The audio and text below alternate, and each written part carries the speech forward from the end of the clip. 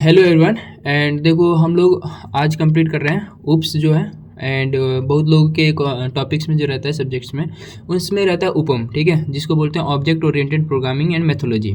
हम लोग इसका वन शॉट करेंगे एंड जो भी आपके सेमेस्टर एग्जाम में जो भी क्वेश्चंस पूछे जाएंगे वो यहाँ पे सारे के सारे कवर्ड हैं। और ये 2 घंटे का लेक्चर होने वाला है, वन शॉट होगा। एंड हम लोग देखो सेमेस्टर के लिए सबसे बड़ी बात होती है CGPA। तो CGPA कैसे आएगा, यहीं से आएगा। तो देखो सारे क्वेश्चंस इसमें कवर्ड है। तो तुमको क्या करना है, इसका जो मैं इसका लिंक दे दूंगा डिस्क्रिप्शन में, तो उसको क्या करना है, तुम लोग डाउनलोड कर लेना इस PDF को एंड इसको प्रिंट करा देना। लिखने मत बैठ जाना कि ऐसा नहीं लिखने बैठ गए फिर उसके बाद से तुम लिखते लिखते ही रह जाओ बस। तो ऐसा मत करना, लिखने मत बैठना, प्रिंट आउट निकलवा लेना एंड डायरेक्टली पढ़ना शुरू करना। और मैं यहाँ से समझा दूंगा तो तुम्हारे कॉन्सेप्ट क्लियर हो जाएंगे, ठीक है। तो चलो हम लोग स्टार्ट करते हैं। एंड ये सारे क्वेश्चन जो है एक टॉपिक वाइज लेना कि टॉपिक्स भी हैं और तो कॉन्सेप्ट भी हैं, ठीक है। तो कॉन्सेप्ट की तरफ ही लेके चलना। चलो तो स्टार्ट कर रहे हैं हम लोग चैप्टर 1 से, ठीक है। तो चैप्टर 1 की तरफ चल रहे हैं हम लोग। देखो यहाँ पे आते हैं चैप्टर नंबर 1 पे, ठीक है। तो चैप्टर नंबर 1 देखोगे तो देखो चैप्टर 1 में 5 क्वेश्चन मैंने लिया, ठीक है। क्वेश्चन नंबर 1 है what is object oriented programming and how it is near to the real world. तो रियल वर्ल्ड में कैसे इसको देख सकते हैं, ठीक है। सेकंड क्वेश्चन है what are the different elements of the object model. Object model में कौन कौन से डिफरेंट मॉडल एलिमेंट्स होते हैं उनके बारे में पढ़ेंगे।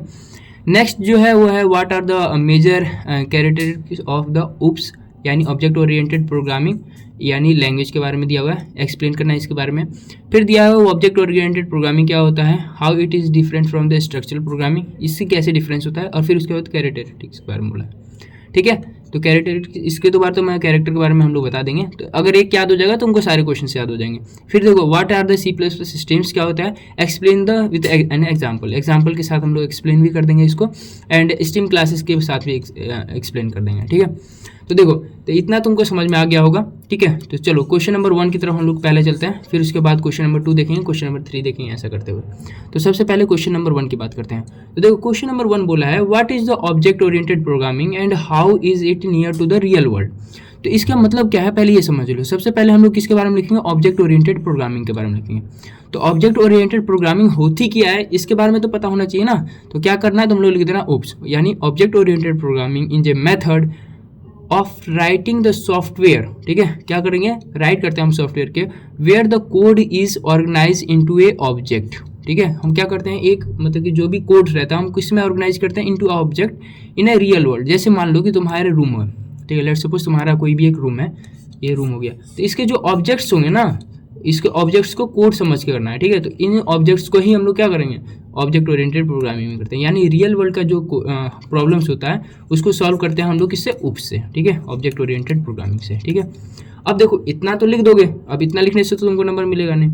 नेक्स्ट क्या करना है हमको, और इसको बनाने के लिए एक ये डायग्राम बना देना, ठीक है, जिसमें ये लिख देना उप्स, उप्स के बाद यहाँ पे लिख देना इनकैप्सुलेशन, डेटा एब्स्ट्रैक्शन, इनहेरिटेंस और पॉलीमॉर्फिज्म। अब ये मत समझो कि भाई कि अभी ये सब क्या है, ऐसा क्या है, वैसा क्या है, नहीं, तुम इसको पहले समझो कि कैसे लिखना है, ठीक है। तो इतना लिख दोगे, उसके बाद क्या बताओगे कि इसके बारे में बताओगे कि देयर आर द 4 पिलर्स, जिसके बारे में हमने बात किया ऊपर, ठीक है। 4 पिलर्स, पहला क्या है, इनकैप्सुलेशन था, दूसरा क्या था, डेटा एब्स्ट्रैक्शन था, तीसरा इनहेरिटेंस था और चौथा क्या था, पॉलीमॉर्फिज्म था। नेक्स्ट अब बात करेंगे इसकी डेफिनेशंस की। देखो इतना लिखने के बाद तो हमको नंबर नहीं मिलेगा भाई, थोड़ा सा और लिखना पड़ेगा। यानी अब आएंगे हम लोग इसके डेफिनेशंस के बारे में।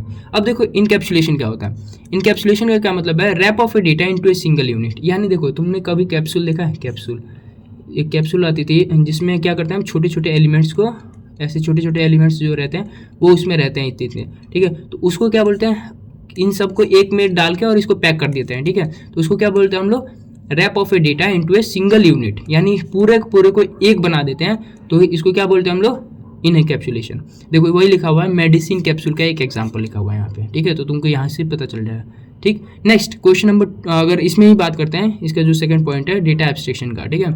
तो डेटा एब्स्ट्रैक्शन में देखोगे तो data abstraction refers to the act of representing the essential features without including the background details और इम्प्लीमेंटेशन, ठीक है। यानी देखो मान लो कि तुम्हारे पास एक रिमोट है, ठीक है, ऐसा समझना, रिमोट है, रिमोट में देखो बहुत सारे बटन दिए रहते हैं, लेकिन हमको ये नहीं पता है कि बटन के नीचे क्या है, उसमें चिपसेट लगी है, कैसे लगी है, उसका क्या काम है, वैसा हम लोग उसके बारे में नहीं समझते। हम लोग क्या समझते हैं, टीवी का रिमोट का बटन दबाया हमारा प्रोग्राम खुल गया, या दूसरे मतलब कि चैनल्स चेंज करना है, कैसे करना है, हम बटन्स के बारे में जानते हैं, लेकिन इंटरनल इम्प्लीमेंटेशन हम नहीं जानते हैं। तो क्या करते हैं हम लोग, डेटा को छिपा के रखते हैं, यानी कि कोई देख ना ले या उसमें जो छेड़छाड़ हो अंदर में छेड़छाड़ ना कर पाए। तो इसके लिए हम लोग क्या करते हैं, डेटा एब्स्ट्रैक्शन करते हैं, यानी कि हम लोग इसेंशियल चीज़ों को बैकग्राउंड से ढक देते हैं। ठीक है, नेक्स्ट अगर बात करते हैं इनहेरिटेंस का। अब इनहेरिटेंस समझो कैसा। इनहेरिटेंस का मतलब होता है जैसे मान लो तुम्हारे फादर हैं, ठीक है, लेट्स सपोज तुम्हारे फादर हैं, ठीक है, उनसे क्या होता है, बहुत सारे कैरेक्टर्स तुम्हारे अंदर आ जाते हैं। यानी जैसे मान लो कैरेक्टर कैसे आ जाएंगे, जैसे कि किसका स्किन कलर सेम होता है, ठीक है, अपने फादर के हिसाब से ज़्यादा, किसी की आईज सेम होती है, किसी का क्या होता है वॉइस सेम आता है, ठीक है, किसी का फेस भी सेम होता है, ठीक है, तो अपने पापा से ज़्यादा बहुत सारे कैरेक्टर मतलब मैच आते हैं। तो इसको क्या बोलते हैं, देखो इनहेरिटेंस क्या बोला, इनहेरिटेंस इज अ प्रोसेस, ठीक है, by which object of one class acquires the property of the another class. तो क्या करता है ये, फादर की प्रॉपर्टीज को क्या करता है, एक्वायर करता है जो सेकंड क्लास, तो उसको क्या बोलते हैं हम लोग बोलते हैं इनहेरिटेंस। ठीक है, जैसे व्हीकल्स देखो, व्हीकल में कौन कौन सी आती है, कार भी है, ट्रक भी है, ऑटो भी है और बाइक भी है, जिसको धूम धूम, अरे ये वाला धूम नहीं है, ठीक है, धूम मतलब कि वो, ठीक है, धूम बाइक की बात कर रहे हैं यहाँ पे। ठीक है, तो कार हो गया, ट्रक आ जाएगा, ऑटो आ जाएगा और बाइक्स आ जाएंगे। तो ये सारी क्या है, व्हीकल्स है, लेकिन ये एक ही कैटेगरी में आएगा ना, तो इसीलिए इसको क्या बोलते हैं, इनहेरिटेंस बोलते हैं। नेक्स्ट बात करते हैं हम पॉलीमॉर्फिज्म की। पॉलीमॉर्फिज्म का यहाँ पे ऐसे समझ सकते हो, तुम्हारा दोस्त है, दोगला दोस्त, ठीक है, तो उसमें क्या होता है, देखो तुम्हारे जब दोस्त होगा ना, वो पढ़ के आया होगा, लेकिन वो क्या बोलेगा, मैंने कुछ नहीं पढ़ा भाई, ठीक है, कुछ नहीं पढ़ा, अभी तक स्टार्ट भी नहीं किया है, ऐसा। ठीक है, तो वैसे दोस्त यानी डबल फेसेस, यानी जैसे एक पर्सन हो गया, मान लो तुम हो, ठीक है, तुम हो तो तुम किसी के बेटे भी हो, किसी के पापा हो। अब ये नहीं है कि दोस्त को बोल देना कि दोस्त मेरा बेटा है तो मैं उसका बाप हुआ, ऐसा नहीं, ठीक है, तो और बाद में चल के तुम ग्रैंडफादर भी बनोगे, तो ये वाला सीन है। तो ठीक है, तो इसमें लिखा हुआ है one name with multiple forms, यानी कि बहुत सारे फॉर्म हो सकते हैं उस इंसान के, ठीक है, इसी को क्या बोलते हैं, पॉलीमॉर्फिज्म बोलते हैं। नेक्स्ट मूव करते हैं क्वेश्चन नंबर 2 की तरफ। देखो अगर क्वेश्चन नंबर 1 अगर समझ में आया ना, तो क्वेश्चन नंबर 2 बहुत ईजी लगेगा सबको, क्वेश्चन नंबर 3 ऐसा ही है, देखो सब इंटरलिंक्ड है। अब देखो क्या बोलना है यहाँ पे, देखो अब समझो, what are the different elements of the object model. ठीक है, ऑब्जेक्ट मॉडल क्या क्या है, इसके बारे में लिखने के लिए देखो सबसे पहले तुम लोग क्या किसके बारे में लिखोगे, उप्स के बारे में लिख देना। ठीक है, यहाँ पे सबसे पहले उप्स के बारे में चेप देना, फिर उसके बाद यहीं पे इसके बारे में पिलर्स के बारे में, यानी 4 पिलर्स, यानी क्या कौन से, इनकैप्सुलेशन, उसके बाद क्या लिखोगे, डेटा एब्स्ट्रैक्शन, इनहेरिटेंस और पॉलीमॉर्फिज्म, ये चारों के बारे में लिख देना। यहाँ पे स्ट्रक्चर बना देना भाई, देखो दिखेगा वो सुना है ना, जो दिखता है वही बिकता है, ठीक है, सीधी बात है। अब देखो इतना लिखने के बाद लिखोगे, इसके बाद लिखो, देखो 8 ऑब्जेक्ट्स होते हैं, 8 एलिमेंट्स होते हैं इसमें। तो सबसे पहला आता है ऑब्जेक्ट, देखो वही चीज़ें लिखा है, क्लास, नीचे देखोगे तो देखो एब्स्ट्रैक्शन आ गया, एब्स्ट्रैक्शन यानी ये डेटा एब्स्ट्रैक्शन की ही बात किया जा रहा है यहाँ पे, ठीक है, डेटा एब्स्ट्रैक्शन हो गया, फिर इनकैप्सुलेशन, इनहेरिटेंस, वही ऊपर वाली चीज़ें। अब समझ लो इसको क्या कैसे कैसे क्या करना है।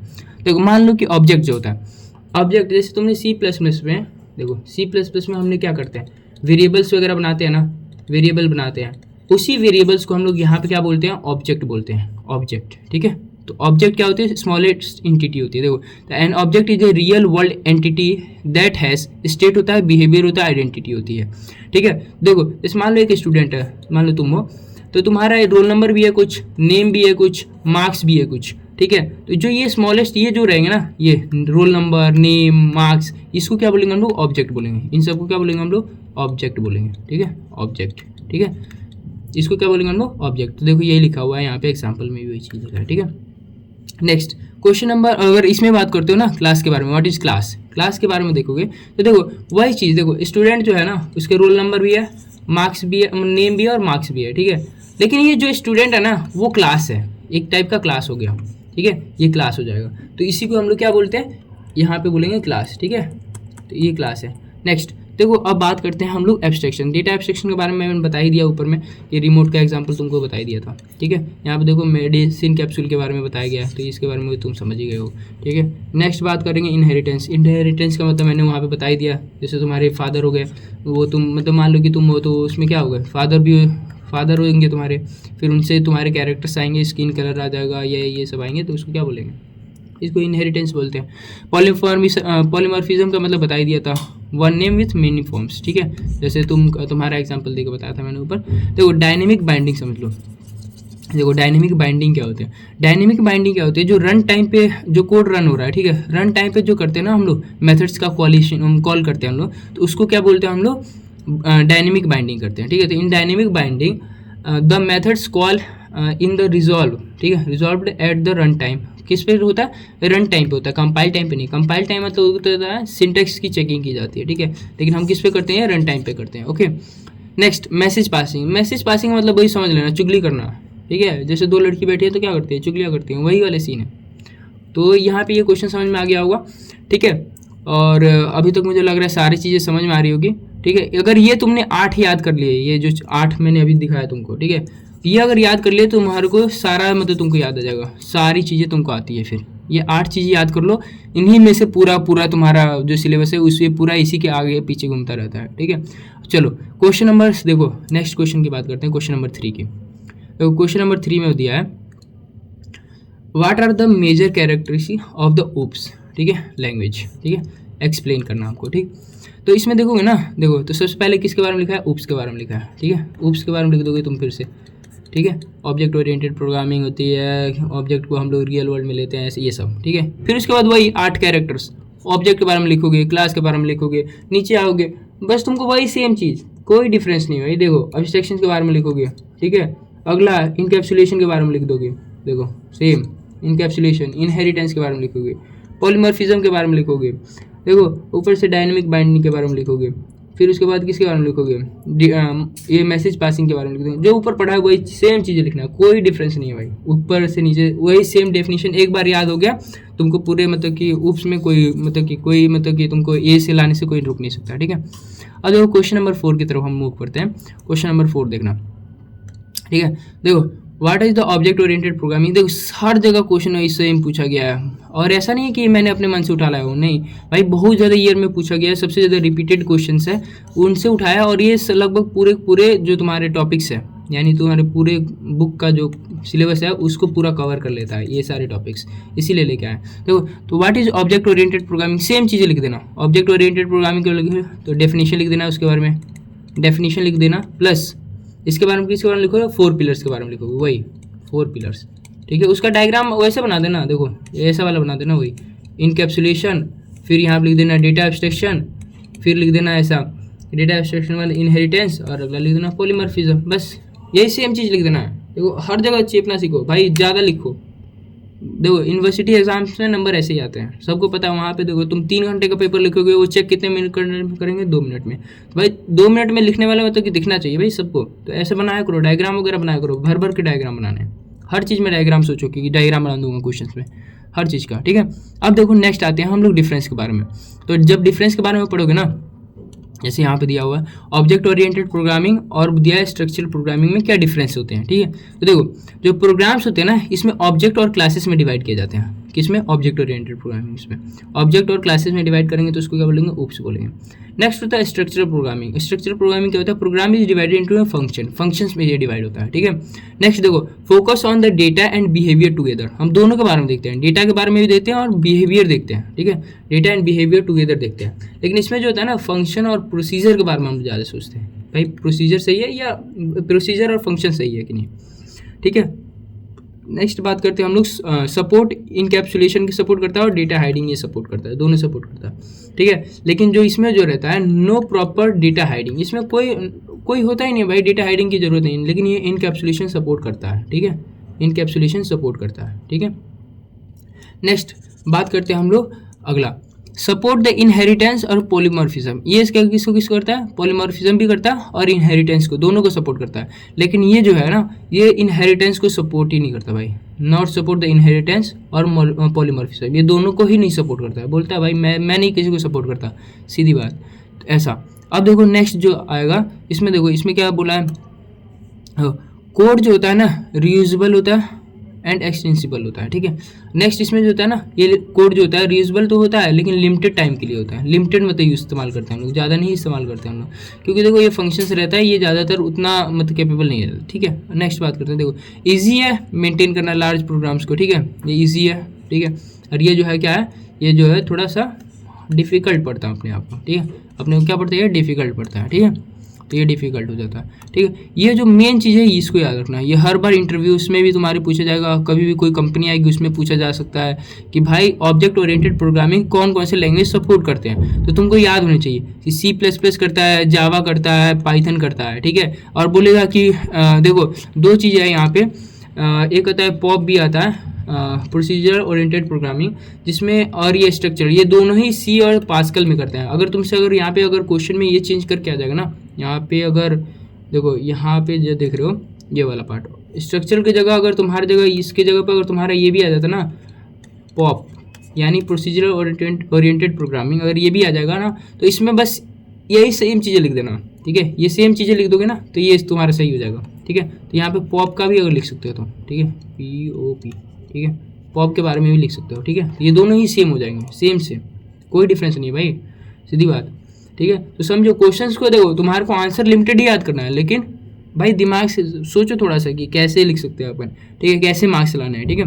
नेक्स्ट, अब हम लोग नेक्स्ट क्वेश्चन की तरफ मूव करते हैं, ठीक है। अब देखो क्वेश्चन में आओगे ना, जब इधर आओगे, देखो इधर आने के बाद जो क्वेश्चन नंबर 5 है, देखो क्वेश्चन नंबर 5 देखो अच्छे से देखो।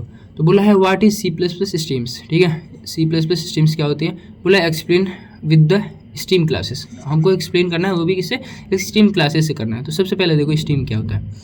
जो स्ट्रीम है ना, देखो stream is a flow of data between the programs and input output devices. यानी मान लो कि तुम्हारे पास, जैसे मान लो ये डिवाइस है, लेट्स सपोज एक डिवाइस लेते हैं हम लोग, और ऐसा करके देखो एक डिवाइस है, मान लो ये डिवाइस है, ये तुम्हारा कीबोर्ड है, लेट्स सपोज कीबोर्ड, ठीक है। अब मान लो तुमने प्रोग्राम को भेजा, तो वो कैसे जाएगा ना स्ट्रीम से, तो वही जो मतलब वे ऑफ, देखो तो इसमें जो फ्लो है ना, वो किस टाइप से फ्लो होगा तुम्हारे मतलब प्रोग्राम में और इनपुट डिवाइसेस में, वो कैसे होगा, ये सब चीज़ें कौन करता है, स्ट्रीम का फंक्शंस करते हैं, ठीक है, स्ट्रीम वाले। और आउटपुट भी दिखाता है किससे, स्ट्रीम से। तो आउटपुट भी किससे दिखाया जाता है, हम लोग स्ट्रीम फंक्शन से दिखाए जाते हैं, ठीक है। तो स्ट्रीम से ही दिखाए जाएंगे, ठीक है। तो दोनों चीज़ें याद रखना आपको, ठीक है, तो ये चीज़ें याद ध्यान रखना। तो स्ट्रीम समझ गए होगे कि क्या करता है, ये फ्लो बताता है। तो यहाँ पर लिखा है देखो, a stream is a flow of the data between a program और इनपुट एंड आउटपुट डिवाइसेस, ठीक है। उसके बाद लिखा है stream provides a uniform way, क्या करता है, यूनिफॉर्म वे देता है to perform the input and output operations. तो ये क्या करता है, इनपुट आउटपुट जो करने के लिए है, मतलब कि परफॉर्म करने के लिए देता है, ऑपरेशन परफॉर्म करने के लिए क्या करता है, independent of the actual devices, ठीक है। एक्चुअल डिवाइसेस से इंडिपेंडेंट रहता है, जैसे कीबोर्ड, माउस और फाइल स्ट्रीम, ठीक है। फाइल और स्क्रीन से जो रहता है ये रहता है, इंडिपेंडेंट रहता है, ठीक है। अगला देखो, अब नेक्स्ट, अब देखो इतना लिखने के बाद क्या करना है, देखो टाइप्स तो हम लोग देखो ऐसे भी लिख सकते हैं, लेकिन इस टाइप से बनाना है तुम लोग। टाइप कैसे बनाओगे, इस टाइप का बनाना है, ठीक है। तुमको कैसे बनाना है, टाइप इस टाइप से बनाओगे, ठीक है। इस टाइप से अगर बनाओगे ना, तो देखो अगर 3 घंटे का लिखा हुआ है ना, 2 मिनट में चेक करना है, तो भाई वो ऐसा देखना ज़्यादा पसंद कर गया रेदर देन इसके। ये थोड़ा कम देखना लोग पसंद करेगा, क्योंकि देखो इसमें पढ़ना पड़ेगा। इसमें दिख रहा, हाँ भाई कि 3 टाइप होती है भाई, इसमें दिख रही है। तो इसमें क्या लिखोगे, इनपुट आउटपुट डिवाइसेस आती हैं, ठीक है। इसमें पहला इनपुट डिवाइस स्ट्रीम आती है, ठीक है। अगला जो है आउटपुट स्ट्रीम आएंगे, और थर्ड में होता है इनपुट आउटपुट, दोनों यानी कॉम्बिनेशन में आती है, ठीक है। ये कॉम्बिनेशन है, ठीक है, दोनों का ही, ठीक है। तो अब तुम इतना समझ गए होगे। नेक्स्ट अगर हम लोग मूव करते हैं, अब भाई इनको डिफाइन भी करना पड़ेगा अपने को, ठीक है। तो स्ट्रीम क्लासेस क्या कैसे कैसे होती है, देखो तो stream classes in the C++, देखो बहुत बार जावा में भी पूछी जाती हैं, पर ये यहाँ पे हम लोग C++ में पढ़ रहे हैं, ठीक है। देखो अब यहाँ पे देखो पहला जो रहता है आयुष रहता है। आयुष मतलब क्या हो गया, based class for all the streams, ठीक है। बेस क्लास होता है, ये सबसे बेसिक क्लास है, और ये सभी में होता है, सारे के लिए काम आ जाता है, ठीक है। Provide the basic facilities like formatting and error handling. क्या क्या करता है, ये फॉर्मेटिंग करने के काम आता है और एरर हैंडलिंग के काम आता है। समझ में आया क्या, देखो तो ये इसको अगर हम लोग इंपोर्ट करेंगे ना, तो हमारे क्या काम आएगा, फॉर्मेटिंग करने का काम आएगा और डेटा हैंडलिंग के काम आएगा, मतलब कि एरर हैंडलिंग का काम आएगा, समझ गया। तो यहाँ पे ये ध्यान रखना है, ठीक है। तो इसमें मैं मार्क भी कर देता हूँ, फॉर्मेटिंग के काम आता है और एरर जो रहता है हैंडलिंग के काम आता है, ठीक है। नेक्स्ट मूव करते हैं अपन, अगर आइस स्ट्रीम की बात करते हैं, ठीक है। आइस स्ट्रीम का क्या मतलब है, यहाँ पे देखो आइस स्ट्रीम का मतलब ही होता है, आइस स्ट्रीम का क्या मतलब है, इनपुट, ठीक है। इनपुट स्ट्रीम का मतलब होता है यहाँ पे, ठीक है, इनपुट स्ट्रीम होता है, ठीक है। नेक्स्ट होता है जो इसमें जो कैसे करेंगे, तो यूज फॉर कैसे करते हैं, यूज़ करते हैं इनपुट ऑपरेशंस के लिए। किसके लिए करते हैं, इनपुट ऑपरेशंस के लिए अगर हमको करना है, तो हम लोग क्या करते हैं, आई स्ट्रीम का इस्तेमाल करेंगे, आई स्ट्रीम का, ठीक है, इनपुट स्ट्रीम, ठीक है। अगला ओ स्ट्रीम का मतलब क्या है, यहाँ पे देखो ओ स्ट्रीम लिखा है, यानी यहाँ पे जो इसका मतलब है आउटपुट स्ट्रीम है, यानी आउटपुट स्ट्रीम, ठीक है। आउटपुट यानी जो हम लोग आउटपुट लेते हैं ना, उसके बारे में बात कर रहे हैं। तो देखो यहाँ पे लिखा है use for the output operation लेने के काम आता है, ठीक है। देखो स्टैंडर्ड ऑब्जेक्ट लाउड, सी आउट, सी आर, सी लॉग, इन सब चीज़ों के काम आता है। यानी देखो तुम सी आउट जो लिखते होगे ना C++ में, तो वही से ही काम आता है, ठीक है। और IST में क्या आता है, सी इन काम आता है, यानी सी इन, ठीक है। नेक्स्ट बात करते हैं। अब देखो पहले अब हमने बात किया था कि कॉम्बिनेशन भी आता है, तो देखो कॉम्बिनेशन में क्या आ गया, आईओ सिस्टम। यानी देखो अब कैसे करेंगे, आईओ सिस्टम का मतलब क्या है, यहाँ पे मतलब है इनपुट और आउटपुट स्ट्रीम, ठीक है। समझ में आया क्या, इनपुट आउटपुट स्ट्रीम, तो समझ में गए तुम लोग। तो यहाँ पे देखो derive from the both I stream और ओ स्ट्रीम, देखो समझ गया, support the both the input and output operation. मान लो अगर मेरे को अलग अलग लिखना है, लेट सपोज मैं चाहता हूँ नहीं भाई मेरे को सिर्फ इस काम में सिर्फ आउटपुट की जरूरत है, तो मैं आई स्ट्रीम नहीं करता हूँ, तो आई स्ट्रीम करने की जरूरत नहीं है, तो डायरेक्टली ओ स्ट्रीम कर लेता है लोग। और दोनों का ही जरूरत है तो ओ स्ट्रीम कर लेते हैं, जिसको जैसा लगता है वैसा यूज़ कर लेता है लोग, ठीक है। नेक्स्ट अगर बात करते हैं हम लोग आगे, चलो देखो नेक्स्ट बात करते हैं इफ स्ट्रीम का, ठीक है, जो लिखा है IF इफ स्ट्रीम, ठीक है। इफ स्ट्रीम का क्या मतलब यहाँ पे समझो, इफ स्ट्रीम का मतलब है इनपुट फाइल, ठीक है। अब देखो फाइल में जैसे देते हैं टेक्स्ट वगैरह की जरूरत पड़ता है, तो क्या करते हैं, use for the file input operation. यानी देखो फाइल इनपुट ऑपरेशन का अगर जो काम करेंगे तो उसका किस में करेंगे हम लोग, इफ स्ट्रीम करते हैं, ठीक है। नेक्स्ट बात करते हैं OF स्ट्रीम, ठीक है, फाइल आउटपुट स्ट्रीम के काम आता है ये, ठीक है। फाइल इसका क्या मतलब है, देखो इसका मतलब भी मैं यहाँ पे लिख दे रहा हूँ, इसका फुल फॉर्म क्या है, आउटपुट फाइल स्ट्रीम, ठीक है, इसका मतलब ये, ठीक है। नेक्स्ट बात करते हैं हम लोग F स्ट्रीम का। F स्ट्रीम का मतलब यहाँ पे देखो यूज फॉर द बोथ, यानी जैसे देखो जैसे ऊपर में हमने दो पढ़ा ना, ये दोनों, ये जो तीसरा और चौथा हमने जो दूसरा और तीसरा पढ़ा उसी का था चौथा, इसमें कॉम्बो था, ठीक है। वैसे ही पांचवा और छठा जो हमने पढ़ा वो सातवें का कॉम्बिनेशन है, यानी दोनों चीज़ें हम कर सकते हैं इसमें, तो ऐसे ध्यान रखना है, ठीक है तुमको। तो एफ स्ट्रीम में क्या है, देखो इसमें यही लिखा हुआ है, देखो both input and output file operations इसमें परफॉर्म कर सकते हैं। समझ गए क्या, तो इतना तुम लोगों को चीज़ें समझ में आ गई। लेकिन एक क्या करना है, तुम लोग स्ट्रक्चर भी बना लेना, इसलिए देखो यहाँ पे नीचे स्ट्रक्चर भी मैंने बना दिया है, ठीक है। तो देखो इस स्ट्रक्चर में कैसे लिख दोगे, पहले आता है आई स्ट्रीम, ठीक है, इनके दो बच्चे हो गए, तो इफ स्ट्रीम और ओ एफ स्ट्रीम, ठीक है, ठीक, आई स्ट्रीम और ओ एफ स्ट्रीम, ठीक है, ओ स्ट्रीम, ठीक है। तो इसमें दो आ जाएंगे, ये हो गया और ये हो गया, ठीक है। फिर होता है आईओ सिस्टम, आईओ सिस्टम मतलब हो गया इनपुट आउटपुट ऑपरेशन, ठीक है।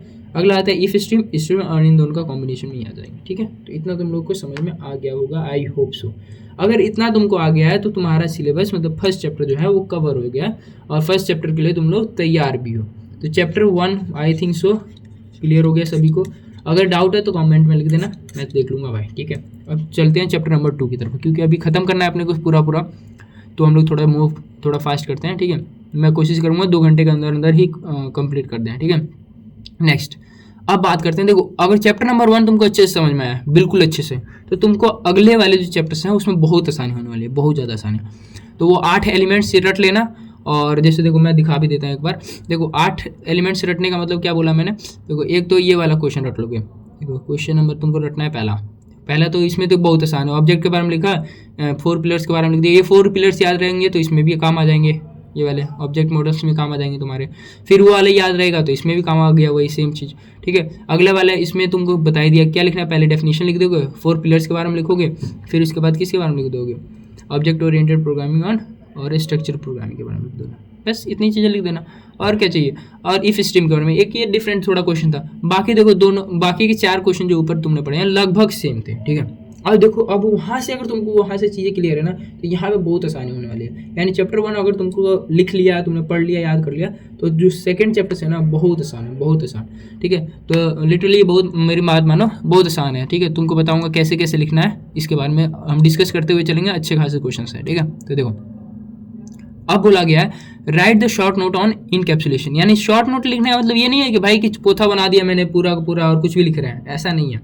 चैप्टर नंबर 2 में जो इनकैप्सुलेशन के बारे में दिया है, तो हम लोग एकदम प्रॉपर वे में लिखेंगे कैसे कैसे करना है। तो देखो मैंने तो यहाँ पे डायरेक्टली इनकैप्सुलेशन के बारे में लिखना है, लेकिन ऐसा है उसमें नहीं करना, देखो ऐसा नहीं करना, अपने को थोड़ा सा दिमाग से खेलना है। देखो क्योंकि वो तुमको बता दिया मैंने 3 घंटे का पेपर किस में चेक होता है, 2 मिनट में, 2 मिनट से भी कम में चेक होगा। तो तुमको क्या करना पड़ेगा, सबसे पहले देखो इसके बारे में लिखो भाई, तुमको पेज भरना है, 3 पेज भरने पड़ेंगे तुमको। देखो 3 पेज कैसे भरेंगे, सबसे पहले लिखो उप्स के बारे में, ठीक है। आप किसके बारे में लिखोगे, उप्स के बारे में, उप्स के बारे में लिख दिया, ओके डन भाई। नेक्स्ट तुमको क्या लिखना है, 4 पिलर्स के बारे में लिखना है, यानी अब लिखोगे तुम 4 पिलर्स के बारे में।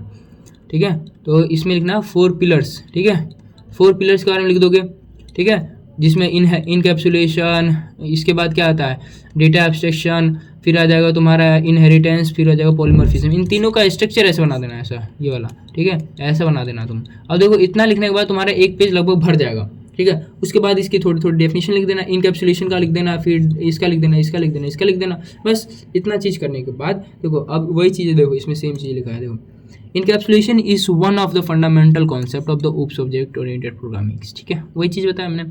It refers to the process of the wrap of data and methods that operate on a single unit is called the class, ठीक है, जिसको हम लोग करते हैं उसको क्या बोलते हैं हम लोग क्लास में कर देते हैं, एक सिंगल क्लास में करते हैं wrap of data into a single class, ठीक है। अब देखो encapsulation is a internal details of an object are hidden from the outside of the world and access to the data controlled through the public methods and the access specifiers। okay, access specifier के बारे में बता दूंगा आगे चल के, लेकिन अभी यहाँ आप समझो such as the public, यहाँ पे लिख ही दिया है प्राइवेट, प्रोटेक्टेड एंड पब्लिक, ये तीन वो होते हैं जो एक्सेस स्पेसिफायर होते हैं। चलो इसके बारे में हम लोग पढ़ेंगे, लेकिन अभी इतना समझ लो, ठीक है। तुमको यहाँ पे लिख दोगे इनकैप्सुलेशन के बारे में लिख दोगे, ठीक है। पहले क्या लिखोगे तुम लोग, सबसे पहले डेफिनेशन लिख देना, समझ गए ना, यहाँ पर डेफिनेशन लिखोगे, ठीक है, डेफिनेशन लिख देना। उसके बाद क्या लिखोगे 4 पिलर्स के बारे में लिख दोगे, उसके बाद लिखोगे किसके बारे में, इनकैप्सुलेशन के बारे में लिखना, फिर उसके बाद फीचर्स लिख देना। यहाँ पे देखो फीचर्स में क्या लिख दो, combine the data and the function into a single unit, ये सेम चीज़ लिख देना।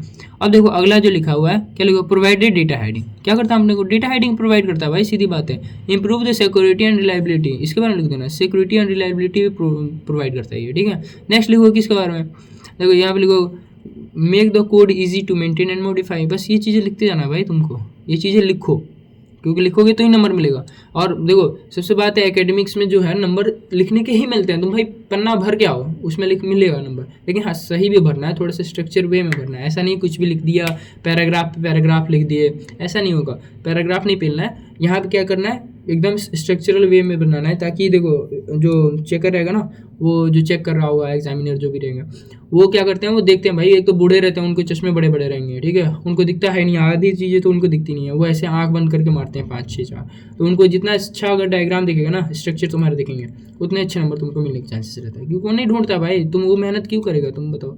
तो इसीलिए तुमको ध्यान रखना है, वो मेहनत नहीं करते हैं, वो सीधा सीधा देख लेते हैं भाई कि हाँ सही है कि नहीं है, बस इतना कर गया आगे बढ़ गया, ठीक है। तो अब नेक्स्ट क्वेश्चन की तरफ हम मूव करते हैं, ठीक है। देखो अब आता है व्हाट इज डेटा हाइडिंग, तूने ऊपर से पढ़ते आ रहे हो data hiding data hiding data hiding, sir है क्या डेटा हाइडिंग, वो तो बता दो।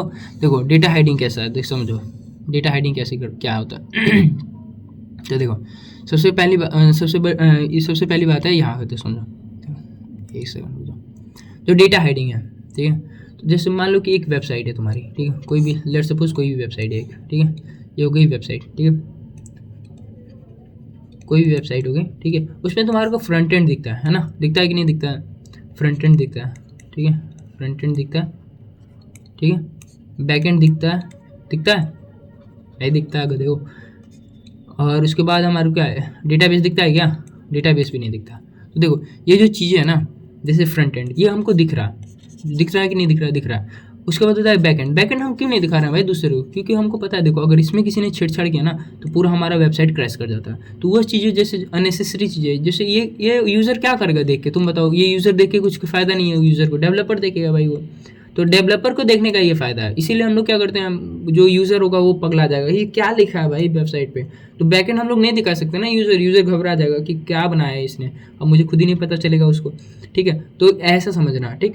अब उसके बाद देखो फ्रंट एंड में समझ में आएगा भाई, बटन आ रहे हैं, ये आ रहे हैं, वो आ रहे हैं, ये सब दिखेंगे, तो उसको क्या होता है, मतलब खुश हो जाता है, मतलब कि जो भी यूज़र रहेंगे वो खुश हो जाते हैं। तो इसके चक्कर में हम लोग फ्रंट एंड दिखाते हैं, बैक एंड नहीं दिखाते हैं, और डेटाबेस भी नहीं दिखाते हैं, क्योंकि उनको समझ में नहीं आएगा, क्या नॉलेज है उनको डेटाबेस दिखाने का, कोई नहीं है। तो ठीक है, तो वही इसमें चीज़ें लिखी होती है। देखो अब आओ इसकी डेफिनेशन पढ़ लो, डेफिनेशन पढ़ोगे तो समझ में आएगा। Data hiding is a important concept of the object oriented programming, ठीक है। यही सब चीज़ें चेप दो भाई, ये 4-5 लाइनें। In which the internal data of the class is protected from the direct access by the outside the world. Only necessary data is exposed through the well-defined interface ensure the security and integrity of the data. समझ में आया? यानी देखो हम लोग जो रहते हैं ना वो क्या करते हैं, हम लोग बैक एंड नहीं दिखाते किसी को, बैक एंड नहीं दिखाते अपन, ठीक है, फ्रंट एंड दिखा देते हैं भाई। लो फ्रंट एंड देखो भाई, तुम उससे खुश हो जाओगे, वही चीज़ लिखा है यहाँ पे।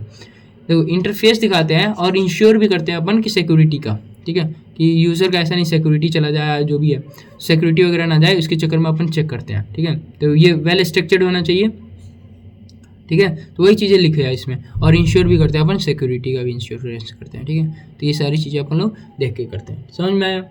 अगला देखो, अब बात आ जाएगी, इतना तो लिख दिया सर, चलो ठीक है, इतना लिखने पर क्या नंबर मेरे को पूरे मिलेंगे? नहीं भाई, नहीं मिलेंगे ना, अभी आगे चीज़ें करनी पड़ेगी ना। देखो तो आगे क्या लिखोगे, एक्सेस मॉडिफायर के बारे में लिखोगे। एक्सेस मॉडिफायर क्या होते हैं सर?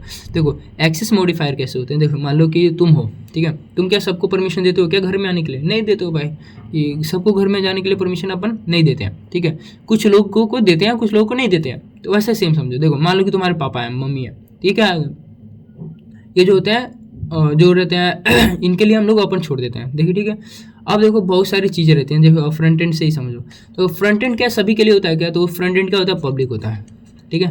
अगला होता है प्रोटेक्टेड, अगला होता है हमारे पास प्राइवेट। प्राइवेट मतलब तुम समझ ही गए होगे, प्राइवेट मतलब कि मैं किसी को छूने तक नहीं दूंगा भाई, ठीक है। तो किसी को हम छूने नहीं देते हैं, तो हम लोग क्या करते हैं, किसी को छूने नहीं देते अपन, किसी चीज़ को भी हम छूने देते नहीं देते हैं। प्रोटेक्टेड का क्या मतलब होता है, देखो कुछ चीज़ें हम लोग क्या करेंगे, हम लोग मतलब कि करने देंगे, मतलब कि उनको एक्सेस करने देंगे, और कुछ चीज़ें हम लोग एक्सेस नहीं करने देते हैं, उसको क्या बोलते हैं हम लोग, प्रोटेक्टेड बोलते हैं, ठीक है। तो यानी कुछ जो चीज़ें रहेंगी ना, उसको हम लोग एक्सेस तो कर पाएंगे, लेकिन कुछ चीज़ें हम अपना दिमाग लगा के एक्सेस करेंगे, ठीक है। तो इसमें देखो ध्यान रखना है तुमको कि प्रोटेक्टेड और प्राइवेट में डिफरेंसेस भी कभी कभी पूछ लिया जाता है। तो याद रखना कि पब्लिक में जो रहता है ना, वो चीज़ें सबके लिए एक्सेस रहेगा, प्रोटेक्टेड में रहेगा वो कुछ चीज़ें रहेगा एक्सेस कर सकता है, कुछ नहीं कर सकता। प्राइवेट में कोई भी चीज़ें नहीं कर सकता है एक्स्ट्रा विदाउट, अगर वो क्लास में प्रेजेंट नहीं हो तो, ठीक है। तो ऐसा समझ लो। अब देखो अगर हम बात करते हैं नेक्स्ट की, देखो इसमें बोला है कि how the data hiding is done in the OOPs. Data hiding कैसे होता है, डेटा हाइडिंग किसमें होता है, तो डेटा हाइडिंग कैसे होता है, तो डेटा हाइडिंग अचीव बाय, देखो दो तरीके से करते हैं। डेटा मेंबर्स जैसे प्राइवेट होता है, प्रोटेक्टेड होता है, ठीक है, दो तरीके से बता दिया।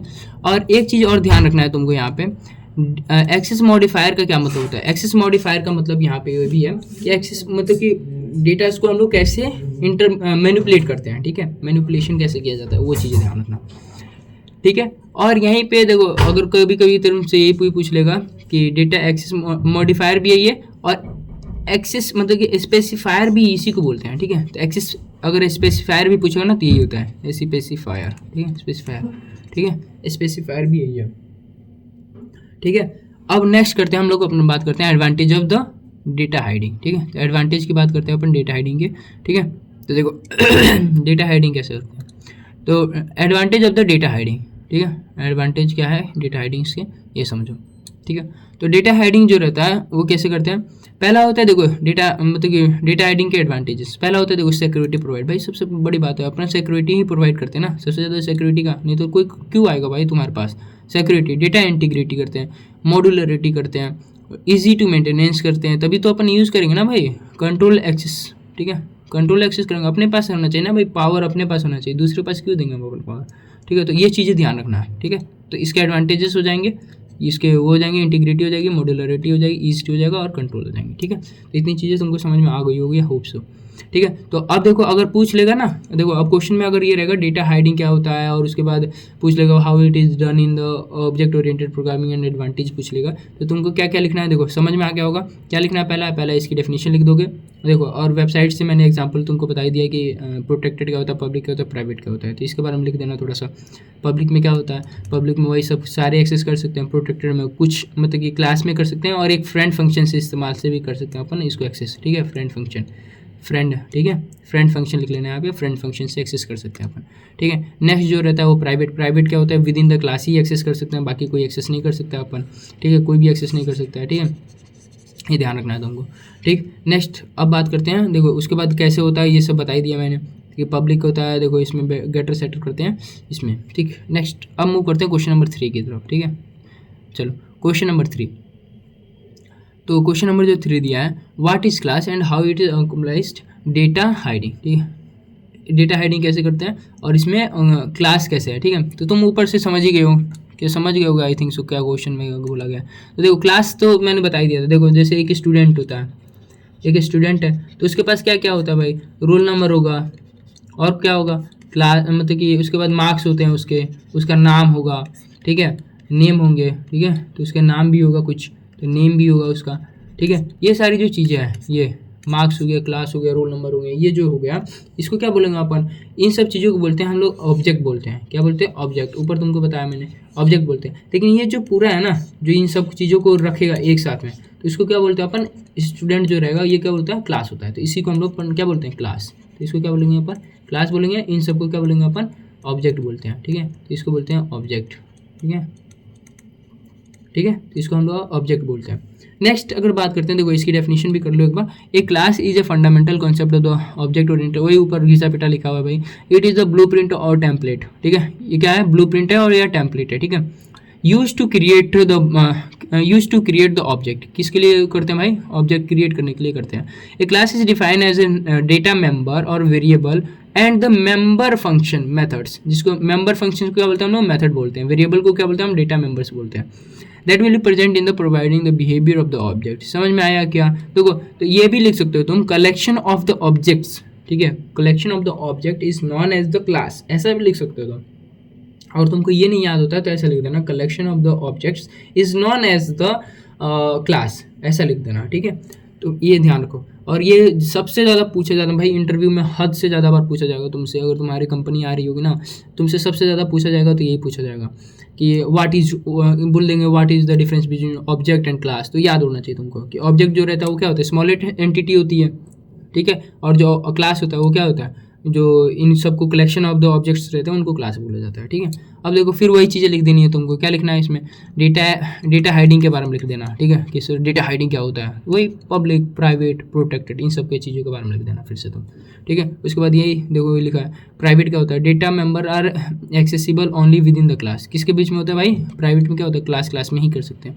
नेक्स्ट होता है प्रोटेक्टेड, किसमें होता है, data member are accessible within the class and derived class, सिर्फ डिराइव्ड क्लास। और मान लो जैसे तुम हो और तुम्हारे पापा हैं भाई, जो तुम्हारे पापा अगर कार चला सकते हैं, मतलब कि वो तुम्हारी अगर कार है तो तुम्हारे पापा चला सकते हैं, तो तुम भी उसके मालिक ही हुए, तो तुम भी चला सकते हो ऐसा। और कोई ऐसा नहीं है कि दूसरे का, मतलब तुम्हारा दोस्त आया वो नहीं चला पाएगा फिर वो, क्योंकि वो तुम्हारे पापा का मतलब बेटा नहीं है, ठीक है। वो तुम्हारा बेटा में भी हो सकता है लेकिन वो तुम्हारे पापा का बेटा नहीं है, तो वो नहीं चला सकता, ठीक है। अब देखो जो पब्लिक जो है मजाक था, ठीक है। तो पब्लिक जो है, पब्लिक वाला तो कोई भी यूज़ कर सकता है, यानी बस जैसे हो गया, बस भाई सब कोई यूज़ कर सकता है। तो देखो the member function provide the control access to the private data, ठीक है। तो ये पूरा अपन कर सकते हैं, यूज़ कर सकते हैं, तो ये समझ लेना, ठीक है। Okay, now moving to the question number next, question number 4 पे चलते हैं अपन। इसमें समझ गए कैसे लिखना है, क्या क्लास अगर आएगा तो क्लास के बारे में लिख देना तुम लोग। उसके बाद ये एग्जांपल दिखा देना भाई क्लास क्या होता है, ये स्टूडेंट ये होते हैं, ये मार्क्स होता है, ये यहाँ पे ऐसा ऐसा, ठीक है। फिर उसके बाद तुम लोग दिखा देना ऐसा कि हाँ भाई देखो ये होता है पब्लिक प्राइवेट एक्सेस आ गया, इन सब चीज़ों के बारे में लिख देना। फिर नीचे इसके बारे में लिख देना, बस बात खत्म हो जाएगा। चलो नेक्स्ट आ जाओ, अब हम चलते हैं अगला, ठीक है। तो अब देखो आएगा इसमें, what is the difference between static and dynamic objects में क्या डिफरेंस आते हैं। तो सबसे बड़ी बात है भाई इन सब चीज़ों को समझ लो, क्योंकि ये चीज़ें तुम्हारे लिए नहीं रहेंगी, वहाँ पे तुमको पता नहीं चलेगा, ठीक है। आप समझो कि what is difference between static में क्या डिफरेंस है और डायनेमिक ऑब्जेक्ट्स में क्या क्या डिफरेंस आते हैं। तो ऑब्जेक्ट जो रहता है ना, ऑब्जेक्ट को मैंने बता दिया था, स्मॉलेस्ट एंटिटी बोल दोगे। तो देखो यहाँ पे इसकी डेफिनेशन दी हुई है, object is a object provide can be classify into the static objects. कौन कौन से ऑब्जेक्ट्स होते हैं, स्टैटिक और डायनेमिक ऑब्जेक्ट्स होते हैं, based on their memory location, ठीक है। Memory location, life time and उसके स्कोप्स के बारे में बनेगा, ठीक है। तो इन सब चीज़ों के बारे में तुमको ध्यान होना चाहिए, ठीक है। अब समझो इतना लिखने के बाद अब देखो तुम थोड़ा सा और चीज़ इसमें बढ़ा सकते हो। कैसे कर सकते हो, देखो सबसे पहले ऐसे लिख देना, देखो ऑब्जेक्ट के बारे में लिख देना, ऑब्जेक्ट लिख दिया, ऑब्जेक्ट के बारे में लिख दिया, चलो अच्छी बात है भाई। तो ऑब्जेक्ट का कुछ एग्जांपल्स देना, जैसे एक डायग्राम बना देना ऑब्जेक्ट, जैसे कि एक क्लास दिखा देना, जैसे मैंने ऊपर दिखा था ना क्लास, जैसे एक स्टूडेंट हो गया तो स्टूडेंट यहाँ पर दिखा देना, स्टूडेंट के बाद यहाँ पे ऐसे दिखा देना, जैसे यहाँ पर गया स्टूडेंट, मतलब स्टूडेंट के बाद क्या था, रोल नंबर था, तो रोल नंबर ऐसे दिखा देना, रोल नंबर ये हो गया, रोल नंबर एक का हो जाएगा, इसमें मार्क्स हो जाएंगे, एक का नाम हो जाएगा, इधर ऐसे दिखा देना। देखो डायग्राम बनाना भाई, डायग्राम में नंबर मिल जाएंगे, ठीक है।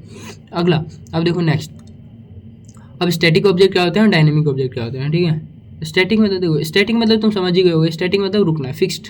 स्टैटिक का मतलब क्या होता है, फिक्स्ड। तो यहाँ पे ये भी लिख सकते हो फिक्स्ड, यानी फिक्स्ड, ठीक है। यहाँ पे लिख देना फिक्स्ड, फिक्स्ड, ठीक है। फिक्स याद रहेगा तुमको, नहीं याद रहेगा तो रुको एक सेकंड रुक जाओ। फिक्स्ड, ठीक है, इसमें यह फिक्स्ड भी लिख सकते हो, ठीक है, फिक्स्ड। और इसमें होता है कि चेंजेस हो सकते हैं, चेंजेस यानी मॉडिफाई कर सकते हैं अपन इसको, ठीक है। तो ये चेंजेस ऑक्यूपाई करता है। देखो इसमें वही सेम चीज़ें लिखी रहेंगी। देखो एक्सेस इज, देखो memory is allocated at the compile time. किस टाइम पे होगा भाई? ये कंपाइल टाइम पे होता है, ठीक है। ये कंपाइल टाइम पे होगा तो ये रन टाइम पे होगा, ठीक है। यही सेम चीज़ें लिखा है, कंपाइल टाइम और ये रन टाइम पे, ठीक है। नेक्स्ट अगर हम बात करते हैं नेक्स्ट पॉइंट का, देखो नेक्स्ट पॉइंट में क्या लिखा हुआ है? नेक्स्ट पॉइंट में लिखा हुआ है create using the normal object declaration. हम लोग कैसे क्रिएट कर सकते हो? नॉर्मल ऑब्जेक्ट क्रिएशन से अपन कर सकते हैं। इसमें जो करते हैं अपन न्यू जो वर्ड है, न्यू वर्ड उससे करते हैं create using the new operator, ठीक है। न्यू ऑपरेटर के हिसाब मतलब कि वर्ड को यूज़ करके अपन न्यू जो वर्ड है उसको यूज़ करना ही पड़ेगा अपने को, जब अगर अपन वो अपने को क्या बनाना है? डायनेमिक ऑब्जेक्ट बनाना है, ठीक है। नेक्स्ट होता है देखो memory is allocated in the stack और द स्टैटिक एरिया। किस में अलोकेट होता है भाई?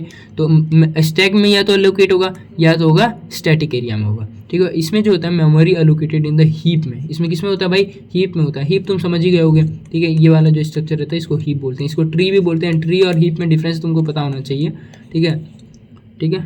ट्री और हीप, ठीक है, ये होता है हीप होता है, ठीक है। ये हीप हो गया। मैक्स हीप और मीन हीप पढ़ा हुआ तुमने अगर डीएसए में, ठीक है। मीन हीप, मैक्स हीप, ऐसा। तो ये सब कोई चीज़ों को याद रखना, ठीक।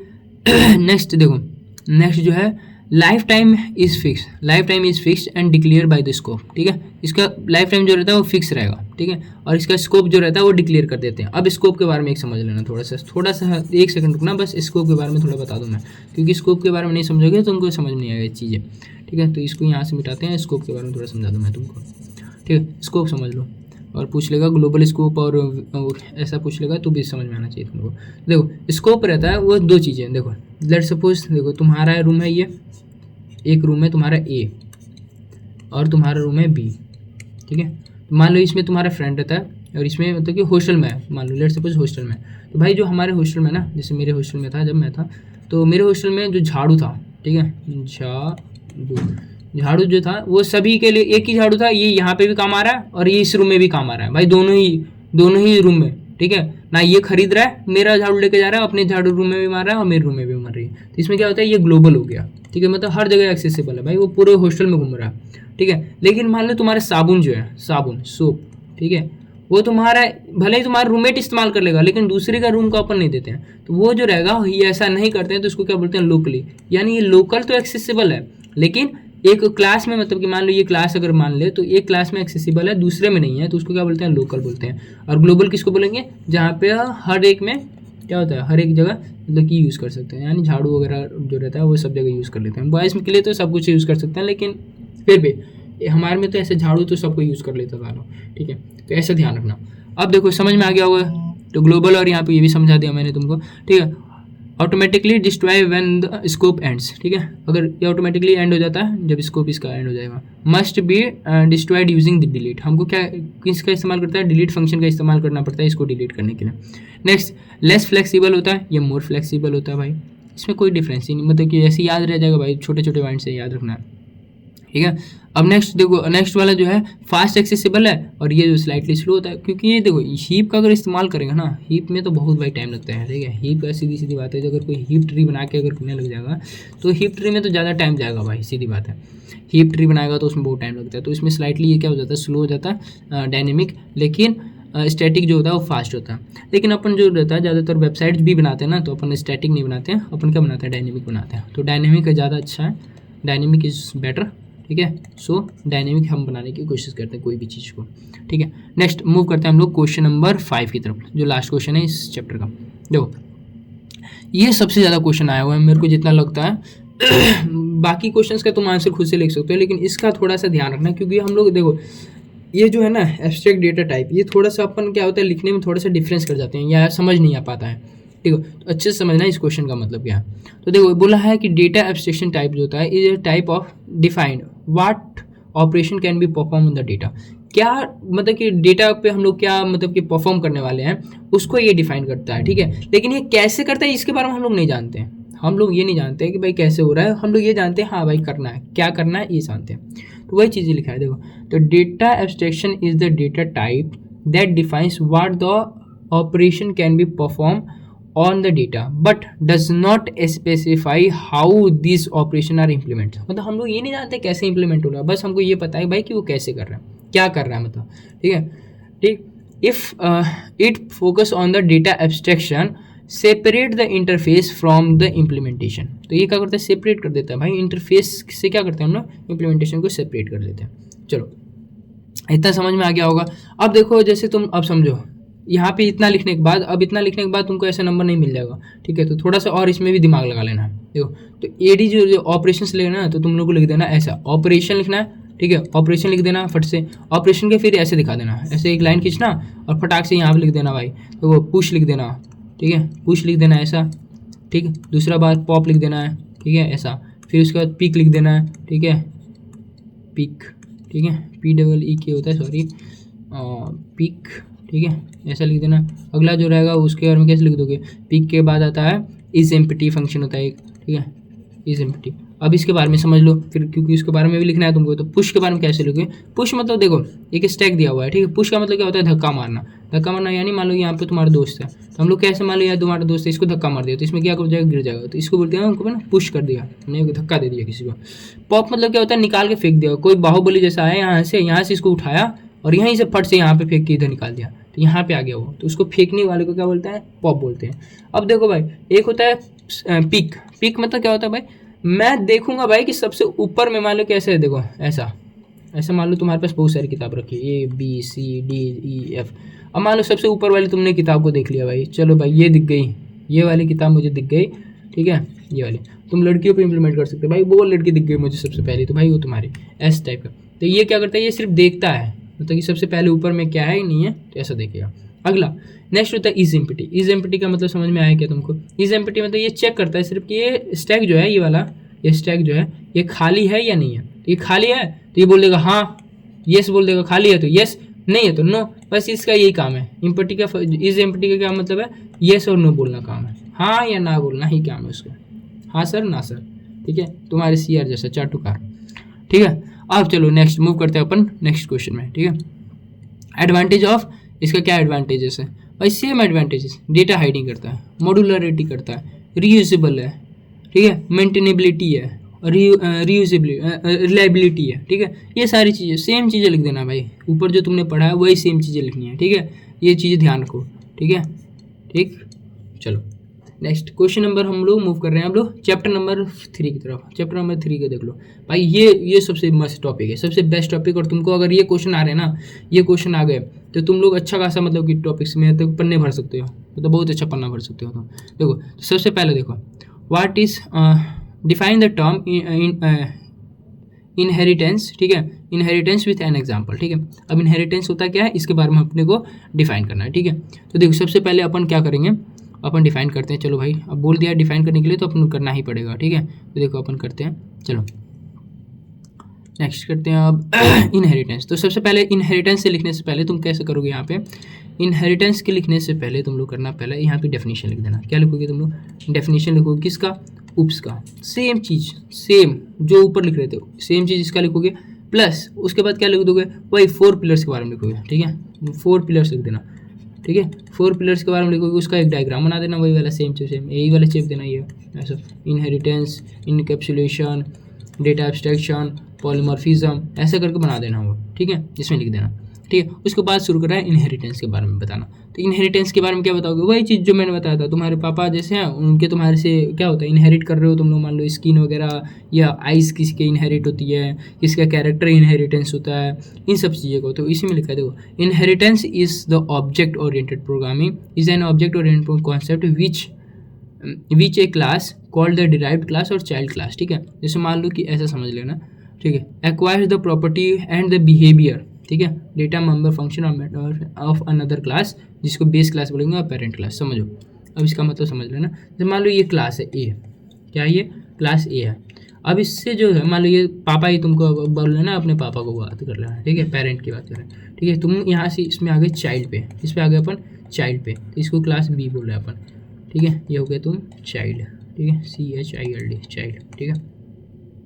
तो इसमें जो कैरेक्टर जो आएंगे ना तुम्हारे पापा से आएंगे, तो इसी को क्या बोल रहे हैं, इनहेरिटेंस बोल रहे हैं। वही बोला है बेस क्लास का मतलब क्या होता है? बेस क्लास यानी पेरेंट क्लास को ही बेस क्लास बोलते हैं, तो इसमें कंफ्यूज नहीं होना है। बेस क्लास और इसको डिराइव्ड मतलब होता है कि इससे जो निकला हुआ क्लास है, यानी इस क्लास से बन के जो मिल के बनता है तो उसको क्या बोलते हैं? डिराइव्ड क्लास बोलते हैं। समझ में आया? तो देखो यहाँ पे एक एग्जाम्पल वही दिया हुआ है जो तुमने ऊपर पढ़ा था। देखो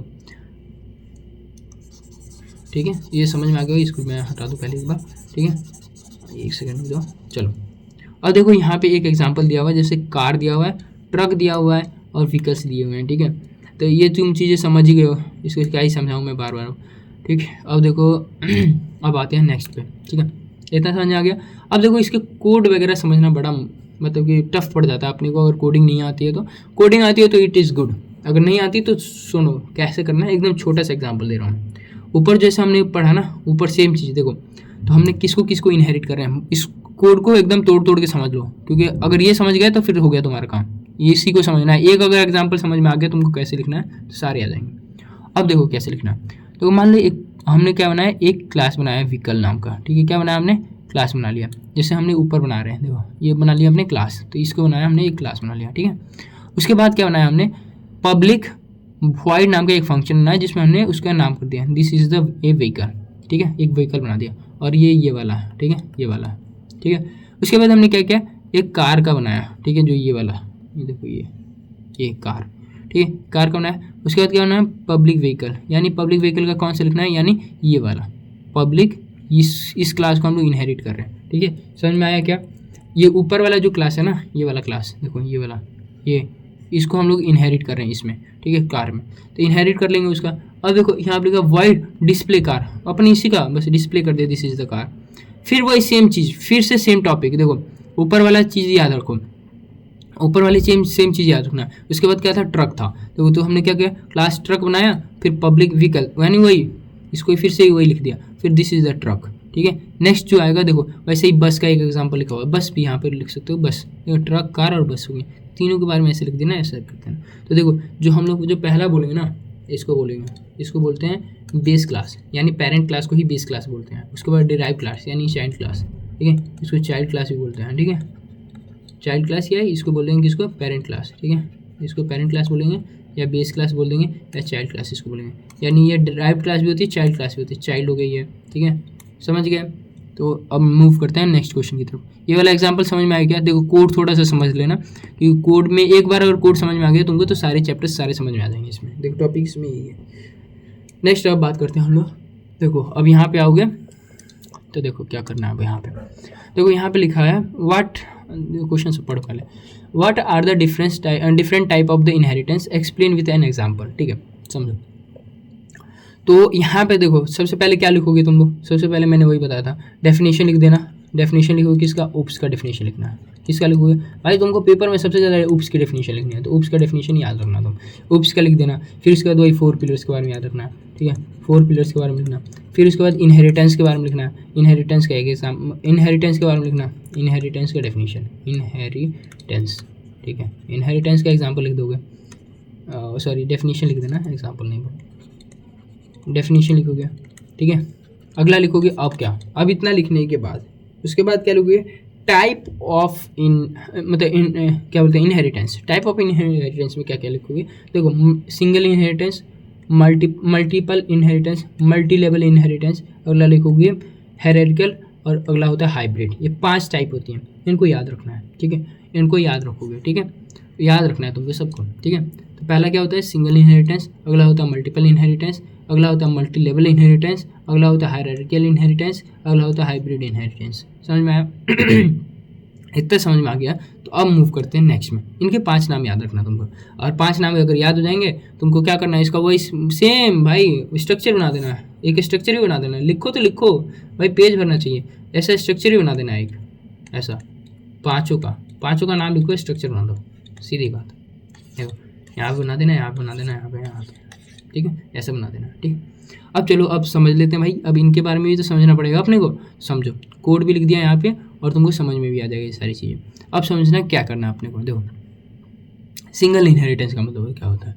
सिंगल इनहेरिटेंस का क्या मतलब है? यहाँ पे single inheritance, there is a single base class, यानी तुम्हारा जो सिंगल पापा, यानी कि जैसे मान लो कि ऐसा, ये जैसे मान लो क्लास ये है। ठीक है, क्लास ए है, इसके सिंगल पेरेंट है, ठीक है, सिंगल ए, और इसके सिंगल मतलब एक बेटा और एक मतलब एक ही कोई है, मान लो कि एक है, जैसे कि अंग्रेजों में क्या होता है, अंग्रेजों में इनके सिंगल पापा होते हैं और उनके सिंगल बेटा, यानी जो पापा होते हैं वो चेंज होते रहते हैं, लेकिन उसका सिंगल पेरेंट मानना है, तो सिंगल पेरेंट के सिंगल पापा हो गए, तो सिंगल पेरेंट और सिंगल मतलब कि वो हो गए, क्या बोलते हैं, बच्चे हो गए, तो उसको क्या बोलते हैं, सिंगल इनहेरिटेंस।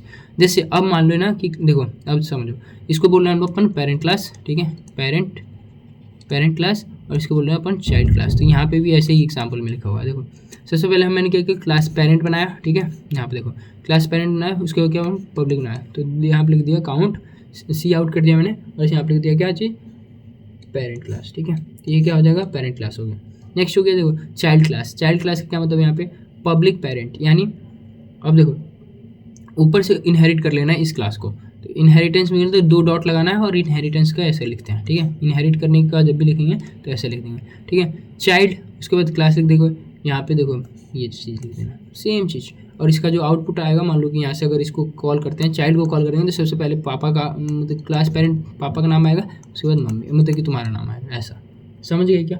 इस कोड को समझ लेना, अच्छे से समझ लो, ठीक है, अगर नहीं समझ में आएगा तो फिर एक बार लिखना, मैं फिर से एक बार बता दूँ। देखो सबसे पहले एक क्लास दिया हुआ है ए, ये क्लास ए का हो गया, ठीक है, क्लास ए आ गया, और उसी को इनहेरिट करने के लिए क्या लिखते हैं, डॉट लगा के पब्लिक पेरेंट, यानी यही ये इस क्लास का नाम लिख देंगे अपन, ठीक है, तो उसी चीज़ का नाम ध्यान रखना। नेक्स्ट चलो मल्टीपल इनहेरिटेंस के बारे में समझो। मल्टीपल इनहेरिटेंस होती क्या है, देखो मल्टीपल इनहेरिटेंस का क्या मतलब होता है, मान लो कि एक तुम्हारी मदर है, ठीक है, और एक फादर है, ठीक है, एक ही होते हैं सबके, ठीक है, ठीक है, तो यहाँ पे देखो ये हो गया मल्टीपल। तो मल्टीपल इनहेरिटेंस का क्या मतलब है, एक पापा है एक मम्मी है, उनसे क्या हो गया, तुम आ गए, यानी कि इसके मतलब क्या होते हैं, बहुत सारे मतलब हो सकते हैं, यानी पेरेंट्स जो होते हैं, क्लास पेरेंट्स होते हैं वो बहुत सारे हो सकते हैं, यानी एक और मम्मी भी हो सकती है, लेकिन एक ही बेटा होगा उसका, क्या होगा, मल्टीपल इनहेरिटेंस का यही मतलब होता है, यानी पेरेंट्स तो कितने भी हो सकते हैं, लेकिन बेटा जो होगा वो एक ही होगा, ठीक है, यहाँ पे बेटा जो होगा एक ही होगा, वही चीज़ लिखा हुआ है यहाँ पे, ठीक है।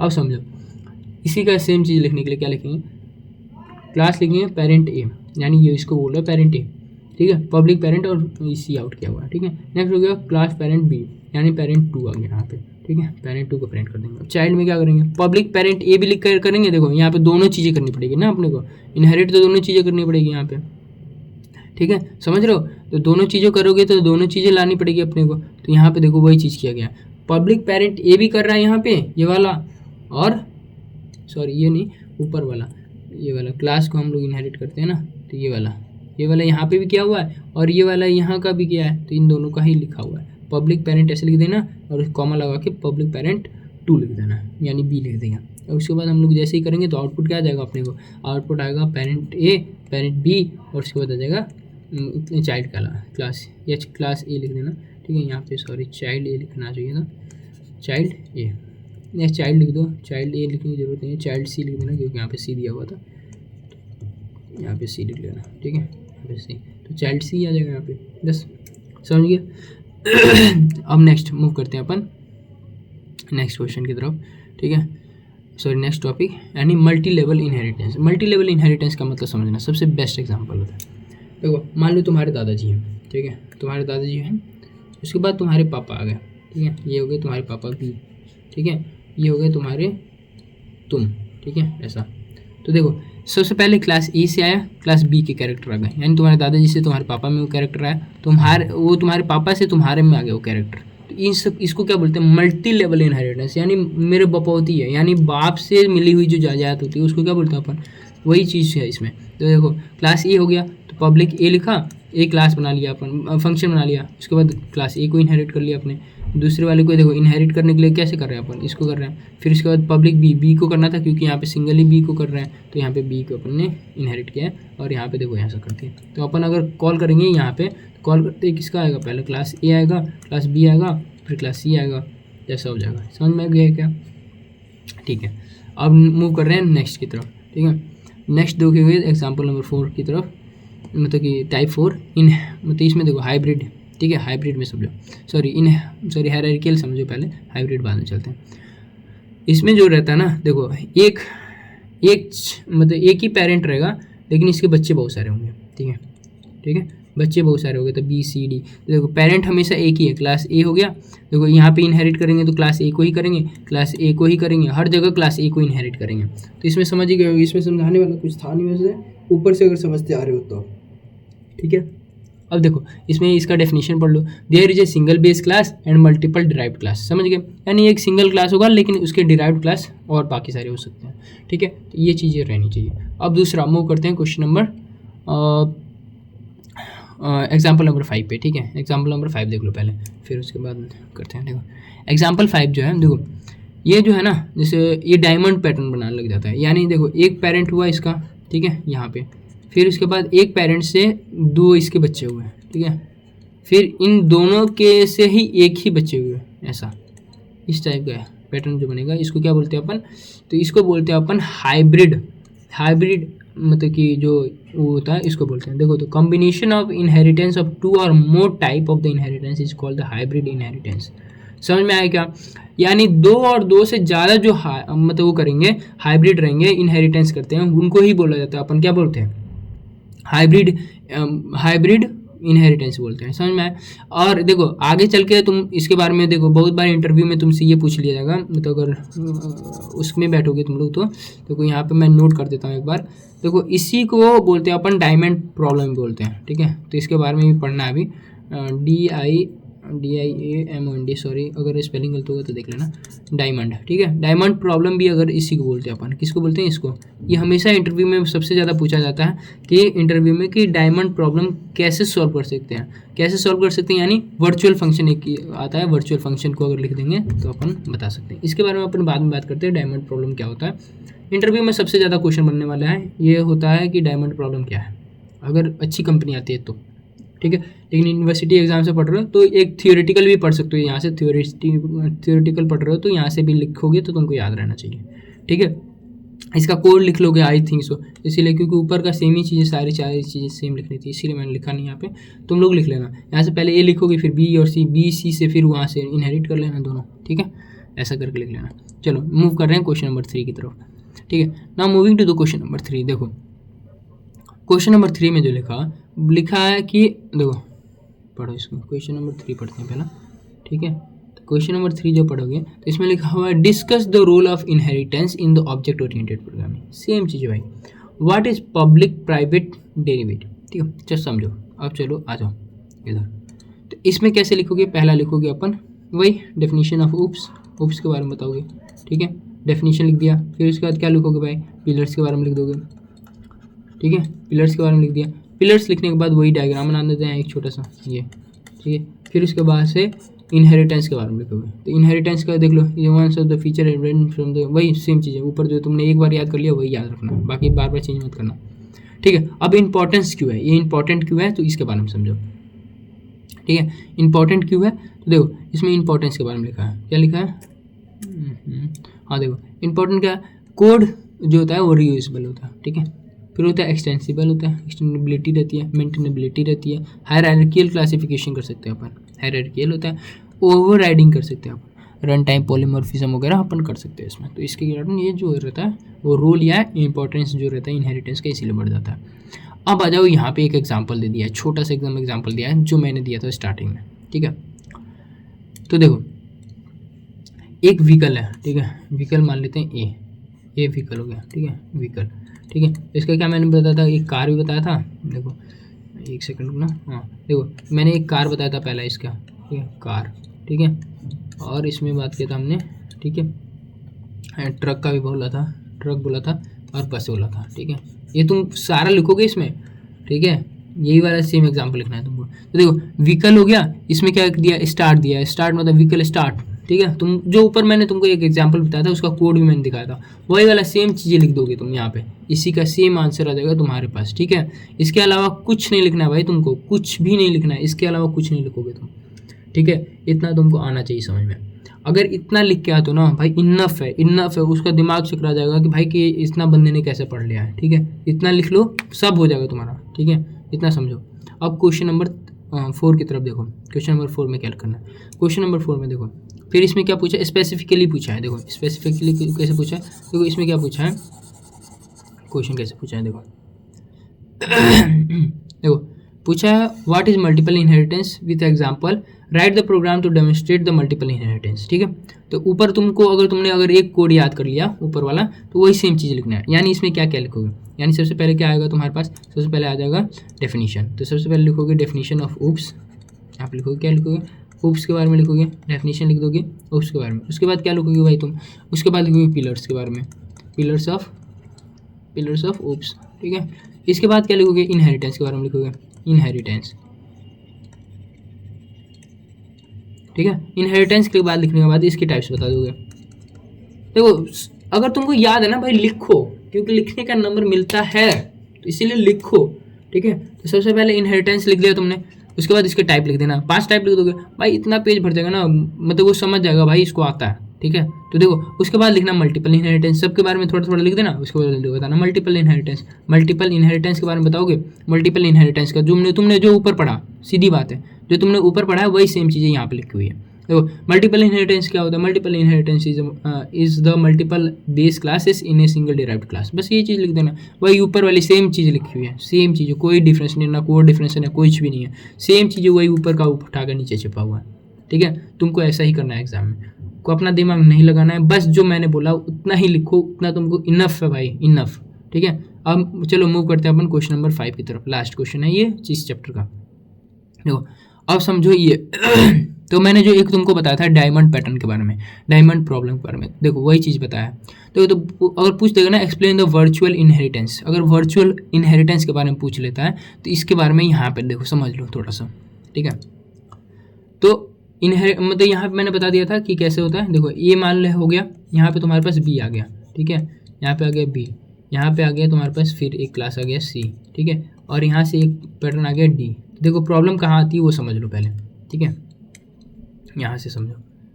ठीक है, ये क्या होता है ना इसमें, देखो इसमें क्या होता है, मान लो कि एक पेरेंट है। ठीक है, तो किसकी बात मानेगा, इसकी बात, इसकी बात ये भी मानेगा, इसकी बात ये भी मानेगा, तो इसको दोनों को माननी पड़ेगी। तो भाई ये मान लेगा, चलो ठीक है भाई, क्योंकि एक ही मतलब एक कमांडिंग है, तो एक इसकी बात भी मानेगा और इसकी बात भी मानेगा। लेकिन मान लो कि अगर इसने बोला डी को बी ने बोला कि भाई ये करो, और वो सेम टाइम पे एट द सेम टाइम सी ने बोला कि नहीं भाई ये तू कर। ठीक है, सेम टाइम पे क्या बोला इसने बोला चलो, इसने बोला बी ने बोला कि भाई खेलने चलेंगे यानी प्लेइंग करने चलते हैं। बी ने बोला कि खेलने चलते हैं, प्ले। ठीक है, लेकिन सी ने बोला नहीं भाई, तो सी जो है वो रीड कर, पढ़ाई। ठीक है, सी मतलब कि वो मत समझ लेना भाई, सी मतलब वो नहीं। ठीक है, सी पढ़ाई करने के लिए बोल दिया तो सी है, ये नहीं मतलब कि पढ़ाई करने के लिए बोल दिया। तो देखो अब ये तो दोनों में कंफ्यूज हो जाएगा, यार भाई मैं खेलने जाऊँ या पढ़ने जाऊँ। देखो दोनों में घनिष्ठ मित्र, तो भाई दोनों की बातें तो माननी पड़ेगी, या तो खेलने जा सकता है या तो पढ़ने जा सकता है। तो भाई इसमें प्रायोरिटी देखते हैं अपन। तो प्रायोरिटी कैसे देखते हैं, तो हम लोग क्या करते हैं, कोई भी फंक्शन अपन बनाएंगे ना, तो उसका अगर सामने अगर हमने ये लिख दिया वर्चुअल, इस वर्ड का इस्तेमाल अगर हमने कर लिया वर्चुअल वर्ड का, यानी कि मेरे को इसको ज़्यादा प्रेफरेंस देना है भाई, बी को प्रेफर करूँगा, यानी मैं भाई पढ़ाई नहीं करी हो सकती मेरे से, मैं तो जाऊँगा खेलने, सीधी बात। अब मैंने इसको प्रायोरिटी देता हूँ, ये मेरा ज़्यादा घनिष्ठ मित्र है, यानी ये मेरा ज़्यादा अच्छा दोस्त है, तो मैं इसको बी को दूंगा, भाई तू भाड़ में जा सी। ठीक है, तो मैं जाऊँगा पहले खेलने। तो इसका जो मतलब प्रॉब्लम समझ में आया, प्रॉब्लम क्या होता है कि दोनों अगर सेम टाइम पे सेम अगर दूसरा कमांड दे दिया ना, तो ये समझ नहीं पाता है कि किसकी बात मानूँ मैं। तो उसको ख़त्म करने के लिए क्या आता है, ये वर्चुअल इनहेरिटेंस का कॉन्सेप्ट आता है, वर्चुअल इनहेरिटेंस का कॉन्सेप्ट। तो इसी अगर वर्चुअल इनहेरिटेंस अगर कहीं लगाना है तो हम लोग क्या करते हैं, उस फंक्शन के सामने हम लोग वर्चुअल का वर्ड इस्तेमाल कर लेते हैं। ठीक है, अब कोई लोग बोलेगा कि सर अगर दोनों के सामने वर्चुअल लिख दिया तो क्या होगा। देखो दोनों, यानी कि देखो ये तो वही बात हो गई कि 2 लड्डू मैंने दोनों को खिला दिया तो क्या हो जाएगा, भाई ऐसा नहीं कर सकते अपन। तो इसीलिए क्या करते हैं अपन, एक को वर्चुअल रखते हैं, दूसरे को नहीं रखते हैं। ठीक है, तो उसमें फिर तो कन्फ्यूज हो जाएगा भाई कि वो एक वर्चुअल ये भी वर्चुअल, तो दोनों में किस में कर जाएगा भाई, वो नहीं जा पाएगा। तो वही चीज़ें अब इसमें लिखी, आ जाओ अब इसके बारे में पढ़ लो। ठीक है, तो अब देखो बोला है क्या, देखो virtual inheritance is the mechanism in the C++ used to prevent the multiple copies of the base class when it is inherited by the multiple derived class in a hierarchy, especially in the diamond inheritance problem. ठीक है, इसको क्या बोलते हैं, diamond inheritance problem बोलते हैं। Why the virtual, इसको क्या नीड है। ठीक है, वर्चुअल इनहेरिटेंस की क्या नीड है अपने को। तो देखो एक क्लास हो गया बताया ही, उसके साथ बी आ गया, उसके साथ सी आया, तो सी का और दोनों का बातें नहीं मान पाएगा। तो इसीलिए क्या करते हैं, class A and class B both inherit from A. ठीक है, लेकिन जो क्लास डी है एंड बी है वो क्या कर रहा है, डी जो होता है इनहेरिट किया गया है बी और सी से, तो without the virtual inheritance D does not, sorry D get 2 copies of A causing the ambiguity, ठीक है। तो ये क्या करता है, एम्बिग्यूटी कॉज करने लग जाता है। तो समझ में आया, ये क्या करता है, ये भूल जाता है भाई कि क्या करूँ मैं, ये बीच में फंस जाता है। तो वो फंसने से हटाने के लिए अपन क्या करते हैं, यूज़ करते हैं, इसका यूज़ करते हैं। नेक्स्ट देखो इसका एग्जांपल, एक इसका कोड एग्जांपल देख लो, कोड दिया हुआ है यहाँ पे, ठीक है। तो कोड देखते हैं अपन, एक बार कोड भी देख लो। देखो कोड दिया हुआ है कैसा कोड समझो, आउट स्ट्रीम दे दिया, ए दे दिया है, ठीक है। यहाँ पे देखो हमने बना दिया वर्चुअल ऑफ ए, यानी हम मेरे को किसको देना, प्रायोरिटी ए को दूंगा मैं। फिर क्लास बी ए सी बनाया, सी में किसको वर्चुअल फंक्शन किसको बनाया मैंने, क्लास ए को वर्चुअल बनाया, यानी इसको मैं प्रायोरिटी दूंगा। फिर इसमें जो आया देखो डी में जो आया पब्लिक बी और सी, इन दोनों को प्रायोरिटी मैंने उतना नहीं दिया, लेकिन अब इसमें देना हो रहता है, मान लो मेरे को बी को प्रायोरिटी देना, तो हाँ तो वर्चुअल यहाँ पे लगा दूंगा। यहीं पे सेम चीज़ में मान लो कि यहाँ पे अगर मुझे किसी को अगर इसको प्रायोरिटी देनी है तो क्लास डी यहाँ पे लिखा मैंने, तो क्लास डी लिख दिया, उसके बाद ऐसे लगाया, यहाँ पे लिखा वर्चुअल, ठीक है, वर्चुअल लिखा, वर्चुअल, सॉरी 2 बार येलो गया, ठीक है, वर्चुअल, और यहाँ पे लिख दिया मैंने पब्लिक, पब्लिक मान लो मेरे को बी को प्रायोरिटी देना तो मैंने बी लिख दूंगा ऐसा, और ऐसे लिख दूंगा पब्लिक सी, बस ऐसा, समझ गए। तो इस टाइप से होता है, ठीक है। तो ये समझ में आ गया होगा इस थिंग से, ठीक है। ये वाले एग्जाम्पल समझ में आएगा तो तुमको यही सेम चीज़ लिखनी है, ठीक है, ऐसे सेम लिखना है, ठीक है। चलो नेक्स्ट मूव कर रहे हैं अपन क्वेश्चन चैप्टर नंबर 4 की तरफ, ठीक है। चैप्टर नंबर 4 देखो, चैप्टर नंबर 4 थोड़ा सा मतलब कि कॉन्सेप्चुअल भी है और थोड़ा सा ये अपने को क्या पड़ता है, मतलब कि थोड़ा सा टफ लगता है अपने को, क्योंकि इसमें थोड़ी सी कोडिंग थोड़ी सी बढ़ जाती है, और यही सबसे ज़्यादा इंटरव्यू में पूछे जाएंगे तुम्हारे से। जब भी इंटरव्यू का क्वेश्चन होगा ना तुम्हारा, सबसे ज़्यादा चैप्टर नंबर 4 से पूछा जाएगा, जिसके बारे में होता है पॉलीमॉर्फिज्म के बारे में। अब चलो हम लोग पढ़ लेते हैं पॉलीमॉर्फिज्म क्या होता है भाई, सीधी बात है, बिना बकैती किए हुए पढ़ते हैं चैप्टर नंबर 4 और फटाफट निपटाते हैं इसको भी। तो देखो, तो बोला है कि what is polymorphism, explain the static and dynamic polymorphism, ठीक है, विथ एग्जांपल, ठीक है। तो एग्जांपल के साथ कर देते हैं भाई, चलो क्या दिक्कत है अपने को, ठीक है। यहाँ पे समझ गए होगे क्या बोलने वाला हूँ मैं, ठीक है। तो सबसे पहले यहाँ पे लिखोगे तुम उप्स का डेफिनेशन, उप्स क्या होता है भाई, ठीक है। उप्स के बारे में लिखोगे, 4 पिलर्स के बारे में लिख दोगे पहला, ठीक है, ठीक है, 4 पिलर्स के बारे में लिखोगे, ठीक है। उसके बाद यहाँ पे वो बना देना, फिर उसके बाद लिखना है देखो पॉलीमॉर्फिज्म क्या होता है, ठीक है। यहाँ पे लिख लोगे कि ना, डेफिनेशन लिख दे रहा हूँ यहाँ पे, डेफिनेशन लिखना है, ठीक है।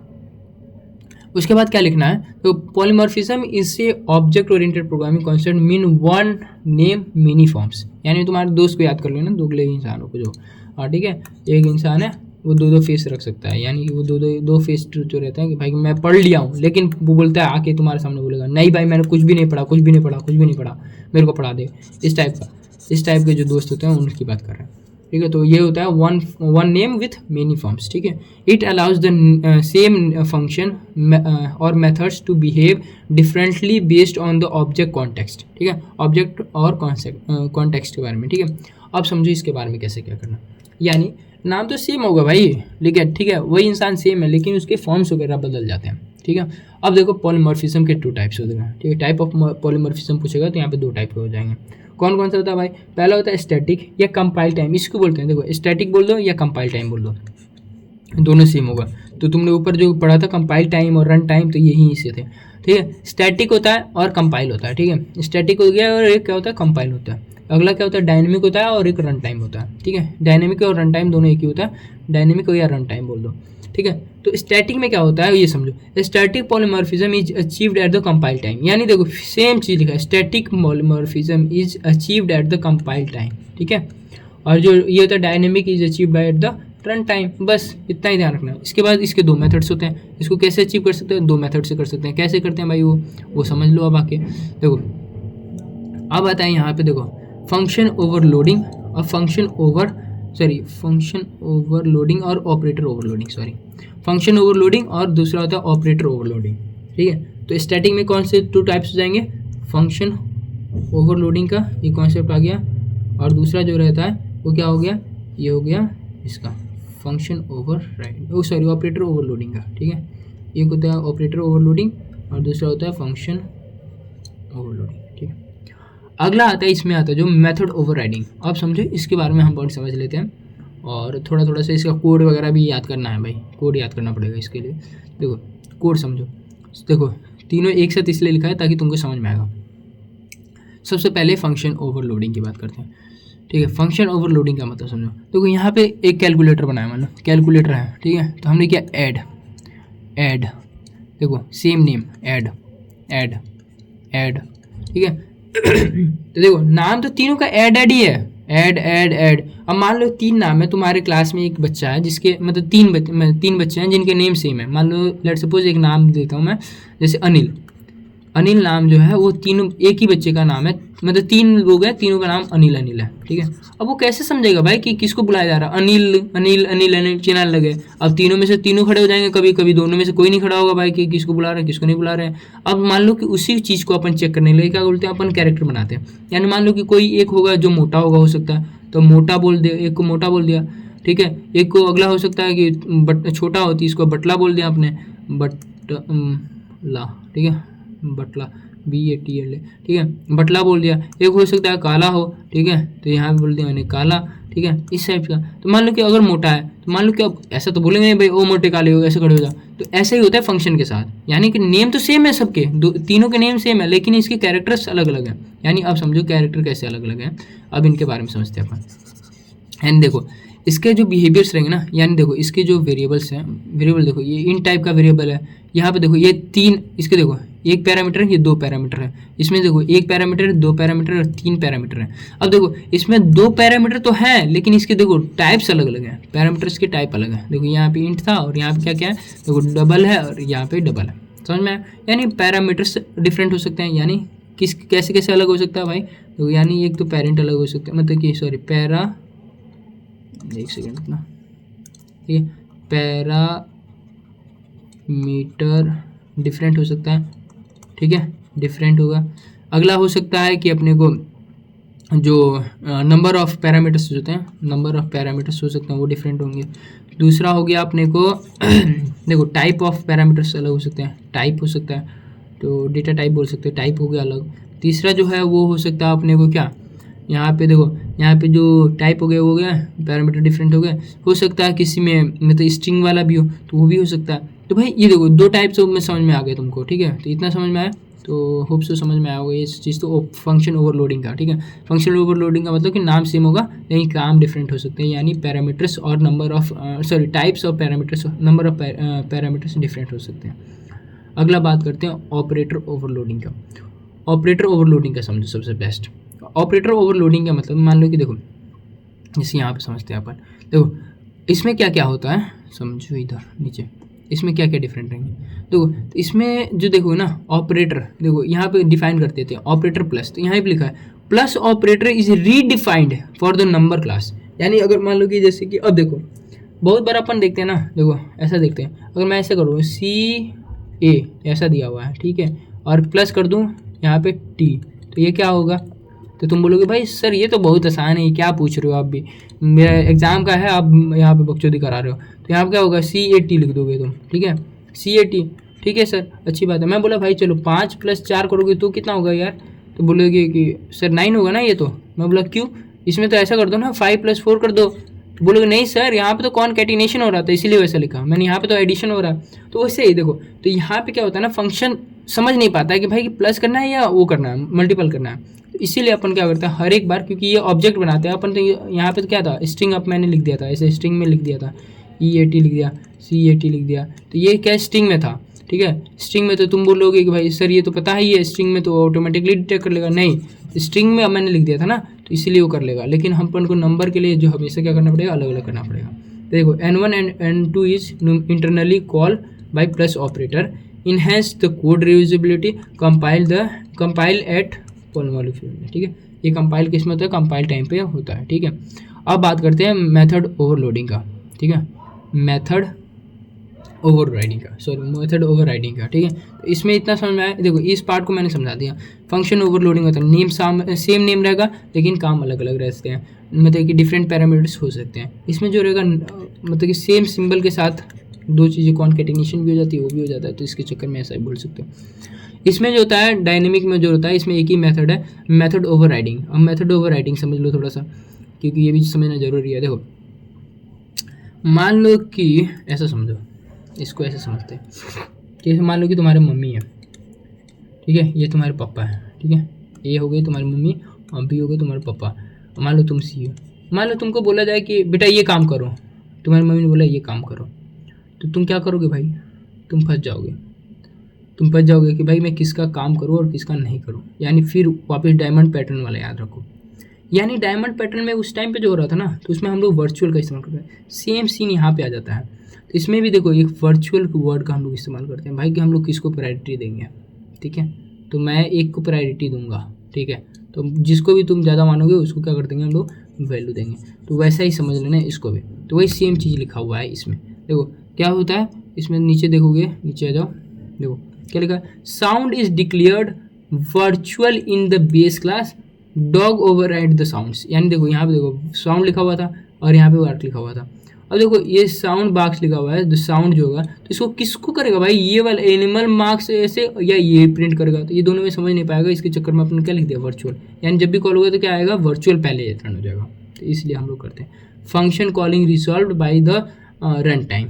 देखो एट रन टाइम इसमें जो होता है वो होता है। ठीक है, अब चलो नेक्स्ट मूव करते हैं क्वेश्चन नंबर 2 की तरफ। ठीक है, क्वेश्चन नंबर 2 की तरफ देखते हैं। Write the program to demonstrate the run time polymorphism using the virtual function. यानी देखो जो ऊपर तुमने पढ़ा ना, सेम कोड लिख सकते हो तुम, सेम चीज़ लिख लेना। यानी अगर ये नहीं याद होगा तो ऊपर वाले लिख लेना, लेकिन ये ज़्यादा मुझे लगता है कि ऊपर वाले से ज़्यादा अच्छा लिखा हुआ है ये।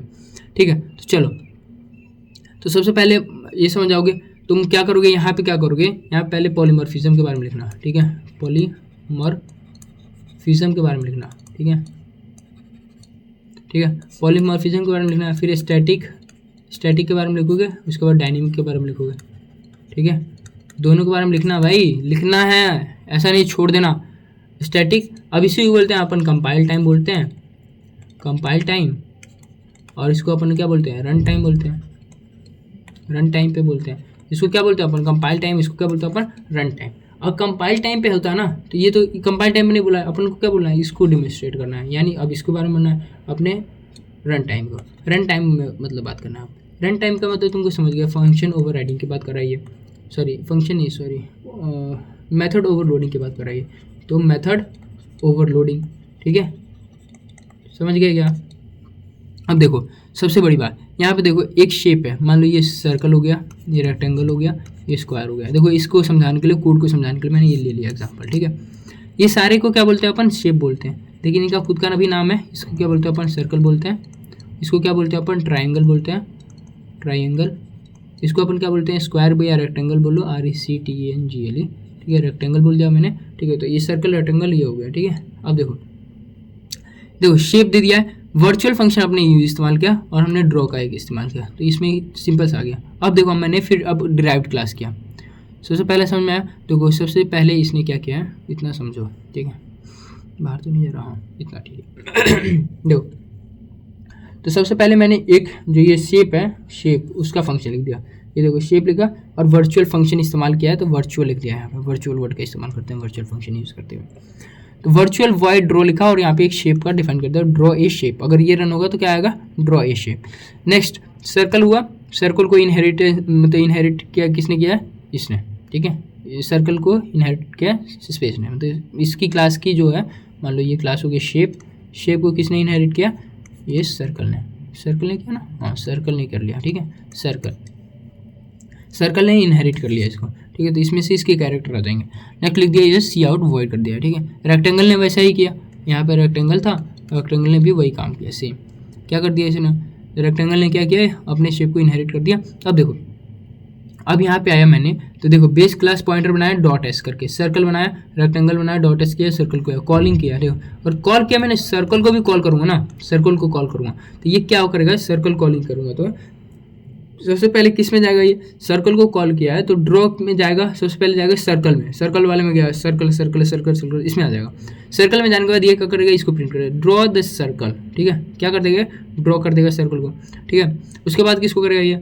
इसके बाद क्या है देखो यहाँ पे ड्रॉ किया है तो कि फिर रेक्टेंगल को कॉल किया, तो ये क्या कर जाएगा? जगह जगह जगह जगह जगह जगह फिर रेक्टेंगल की तरफ पहुँचेगा, तो रेक्टेंगल को यहाँ पे प्रिंट कर देगा। समझ में आया क्या? दोनों को आपस में प्रिंट कर दिया इसने। ठीक है, ये है function over sorry method overriding. ठीक है, मेथड ओवरराइडिंग था ये। ठीक है, और रन टाइम पॉलीमॉर्फिज्म डेमोन्स्ट्रेट किया इसमें। ठीक है, अब देखो आ जाओ वर्चुअल फंक्शन क्या होता है, अब इसके बारे में समझ लो भाई। उस वक्त से वर्चुअल कर रहे थे अपन, ऊपर से वर्चुअल करते आ रहे हैं। तो अब समझो वर्चुअल क्या है। तो समझ में आया। देखो डायमंड पैटर्न को सॉल्व करने के लिए हमने क्या बनाया था, वर्चुअल का इस्तेमाल किया था। तो देखो एक ऐसे लिखना है इसके में भी देखो इनहेरिटेंस में तो वैसे करता है, लेकिन पॉलीमॉर्फिज्म में क्या ऐसा करता है ये, तो इनहेरिट करते हैं। देखो तो हम अपन क्या करते हैं इसको कैसे, देखो इसमें एक और चीज़ का देखो लिखा होगा। देखो सबसे पहले आ जाओ, a virtual function is a member function of the class declare using the keyword virtual. किसके वर्ड से करते हैं, वर्चुअल वर्ड से। Is overridden in a derived class, कैसे करते हैं, ओवर रिडन करते हैं कि ओवर राइड करते हैं इसको, ठीक है। Ensure the correct function is called at the run time based on the type of the object, ठीक है, being pointed to not to the pointers. Sir बोलेगा भाई कि इतना ही तो लिखा है सर, मैं कैसे करूँगा ये। तो देखो तुमको कोड क्या करना है, कोड जो है ऊपर से चिप देना है। कोड क्या करोगे, ऊपर से उठा देना, यही वाला सेम कोड को, एक कोड याद हो गया ना तुमको भाई। बार बार हर चीज़ कोड नहीं याद करना भाई, कोड अगर एक बार दो बार लिख के इसकी प्रैक्टिस कर लेना, इसी कोड को, सेम कोड को, इसी कोड को वहाँ पे से यहाँ पे लाके छाप देना, ऊपर वाले कोड को। अब जिसने तो ये वीडियो देखी होगी उसको तो समझ में आ रहा होगा कहाँ पे क्या लिखना है, जिसने नहीं देखी होगी उसकी गलती है भाई।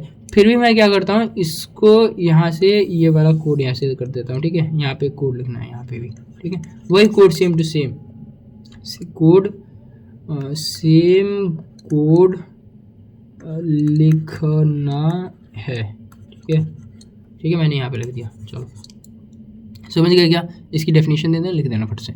अब देखो इसमें लिखा है what are the disadvantage and advantages and disadvantages of the polymorphism, ठीक है। अब सबसे पहले यहाँ पे कैसे बार लिखोगे, सबसे पहले यहीं पे वहाँ से शुरू कर देना, उप्स के बारे में लिख देना, क्योंकि देखो तुमको नहीं आएगा तो भाई चीज़ें अच्छी लिखनी है, ठीक है। उप्स लिख देना, पिलर्स के बारे में लिख देना, ठीक है। फिर उसके बाद से लिखना पॉलीमॉर्फिज्म के बारे में लिखना, इसकी डेफिनेशन लिख देना, उसका स्ट्रक्चर बना देना, ठीक है, स्ट्रक्चर बना देना वही ऊपर वाला, ठीक है। इसके रन टाइम कॉल बाई ये ऐसा, ये कंपाइल टाइम, रन टाइम ये लिख देना, ठीक है। कंपाइल टाइम पे लिख देना, ये रन टाइम पे लिख देना, ऐसा। अब देखो फिर आना डिसएडवांटेज और एडवांटेज में। इतना लिख दोगे ना, इतना लिखोगे तुम्हारा 2 पेज तो भर चुका होगा आराम से, 2 पेज भर जाएंगे तुम्हारे। 2 पेज भरने के बाद तुम्हारा आएगा तीसरा नंबर यहाँ पे, एडवांटेज एंड डिसएडवांटेज। तो उतना नहीं भी लिखोगे तो उतना नहीं ध्यान देगा, क्योंकि उतना ऊपर तुम लिख चुके होगे। चलो नेक्स्ट आ जाना यहाँ पे अब, ठीक है। अब देखो क्या करना है तुम, एडवांटेज में क्या लिखना है, कोड रीयूजेबिलिटी। देखो कोड हमारा रीयूजेबिलिटी कर सकते हैं, क्या कर सकते हैं, देखो फ्लेक्सिबल एंड क्या कर रहे हैं ये, एक्सटेंडेबिलिटी कर सकते हैं, ठीक है। क्या करते हैं ये, इम्प्रूव द मेंटेनेबिलिटी कर सकते हैं, सपोर्ट द डायनेमिक बाइंडिंग कर सकते हैं, क्लीनिंग एंड मॉड्यूलर कोड कर सकते हैं, रियल वर्ल्ड मॉड्यूल कर सकते हैं। देखो डिसएडवांटेज में करता है, डिक्रीज द कॉम्प्लेक्सिटी करता है, इंक्रीज द कॉम्प्लेक्सिटी करता है, रन टाइम ओवरहेड करता है, डिफिकल्ट डिबगिंग करता है, एक्स्ट्रा मेमोरी यूजेस करता है, and over engaging in the small program. ज़्यादा इंगेज होता है भाई, छोटे छोटे प्रोग्राम्स में ज़्यादा इंगेज हो जाता है। अब चलो नेक्स्ट क्वेश्चन की तरफ चलते हैं, क्वेश्चन नंबर 5, और जल्दी जल्दी खत्म करते हैं इसको, ठीक है। क्वेश्चन नंबर 5 की तरफ आ चुके हैं अपन। क्वेश्चन नंबर 5, तो ये सबसे ज़्यादा तुम्हारे इंटरव्यू में, तो जब नहीं तुम्हारे जब प्रैक्टिकल एग्जाम होगा ना, तो प्रैक्टिकल एग्जाम में यही क्वेश्चन पूछे जाएंगे। मैं 100% श्योर कर रहा हूँ कि यही तुमसे क्वेश्चन ही पूछा जाएगा, इसके अलावा कोई क्वेश्चन नहीं दिया जाएगा तुमको, यही क्वेश्चन पूछा जाता है। देखो अगर बोलेगा ना वो फंक्शन, देखो ऑपरेटर ओवरलोडिंग का सबसे मतलब कि सबसे ज़्यादा आया हुआ क्वेश्चन यही है, सबसे ज़्यादा आता है भाई। तुम्हारे नहीं, मेरे टाइम पे भी, मेरे सीनियर के टाइम पे भी, अभी भी मेरे जूनियर्स जो पढ़ रहे हैं उनके टाइम पे भी यही आया था, ठीक है। तो ये वाला भाई क्वेश्चन पता नहीं क्या है इसमें, लेकिन बहुत सबका फेवरेट है भाई। ये वाला क्वेश्चन हमेशा ध्यान रखना, ये क्वेश्चन आएगा ही आएगा, ठीक है। आपके प्रैक्टिकल्स में भी पूछा जाएगा और उसमें भी पूछा जाएगा, ठीक है। तो इसका ध्यान रखना है, ठीक है। जो क्वेश्चन मतलब कि ज़्यादातर जो आने की चांसेस है, ऐसे तो मैंने जो क्वेश्चन बताए वो सारे तुम्हारे चैप्टर्स में पूरे कवर कर लेता है, लेकिन फिर भी ध्यान रखना भाई, ये जो कुछ चैप्टर्स है ना, ये तुम्हारे उसमें भी पूछे जाएंगे, प्रैक्टिकल्स में पूछे जाएंगे। तो समझ लो फंक्शन ओवरलोडिंग क्या होता है। और function operator overloading is a feature of the C++ allowed to existing operators such as plus, minus, multiply, etc. are redefined so that they can work with the user defined data type object and improve the reusability, ठीक है, readability को बढ़ाता है और इस पर करता है। चलो तो कोड को समझ लेते हैं अपन को, कोड से ही काम है, ठीक है। तो वही इसमें कर देना तुम लोग, पॉलीमॉर्फिज्म का लिख दोगे, समझ ही गए होगे। पॉलीमॉर्फिज्म के बारे में लिखना, उसका वही लिख देना, कंपाइल टाइम, रन टाइम के बारे में, ठीक है। कंपाइल टाइम, रन टाइम हो जाएगा दोनों। फिर उसके बाद लिखना है तुमको इसके कोड के बारे में। देखो कोड कैसा लिखना है तुमको, कोड लिखो कैसा है देखो। तो सबसे पहले तुम लिखोगे कॉम्प्लेक्स, एक तुमने क्लास बना लोगे कॉम्प्लेक्स नाम का, ठीक है। यहाँ पे क्लास बना लिया तुमने, कॉम्प्लेक्स नाम करके एक क्लास बना लोगे सबसे पहले तुम, ठीक है। अब देखो हमको ये पता है कि रियल वाला रियल में होता है, एडिशन होता है, और जैसे मान लो कॉम्प्लेक्स नंबर कोई नहीं जानता है, तो देखो कॉम्प्लेक्स नंबर समझ लो तुम पहले, पता चला कॉम्प्लेक्स के नंबर के बारे में ही तुमको नहीं पता। कॉम्प्लेक्स नंबर समझ लो क्या होता है। अगर तुमने 11th-12th में पढ़ा होगा तो जैसे 3+4i लिखा रहता था, ये ऐसे 8+5i लिखा है। तो क्या करते थे अपन, जैसे हम लोग इसको डायरेक्टली ऐड नहीं करते थे, क्या करते हैं अपन, ये रियल वाला रियल वर्ल्ड इसमें ऐड होता है, यानी 5 4 11 प्लस 4 5 9, तो ऐसा इस टाइप से करते हैं अपन, करते हैं कि नहीं करते हैं। वही काम सेम अपने को इस वाले प्रोग्राम में करना है, ठीक है।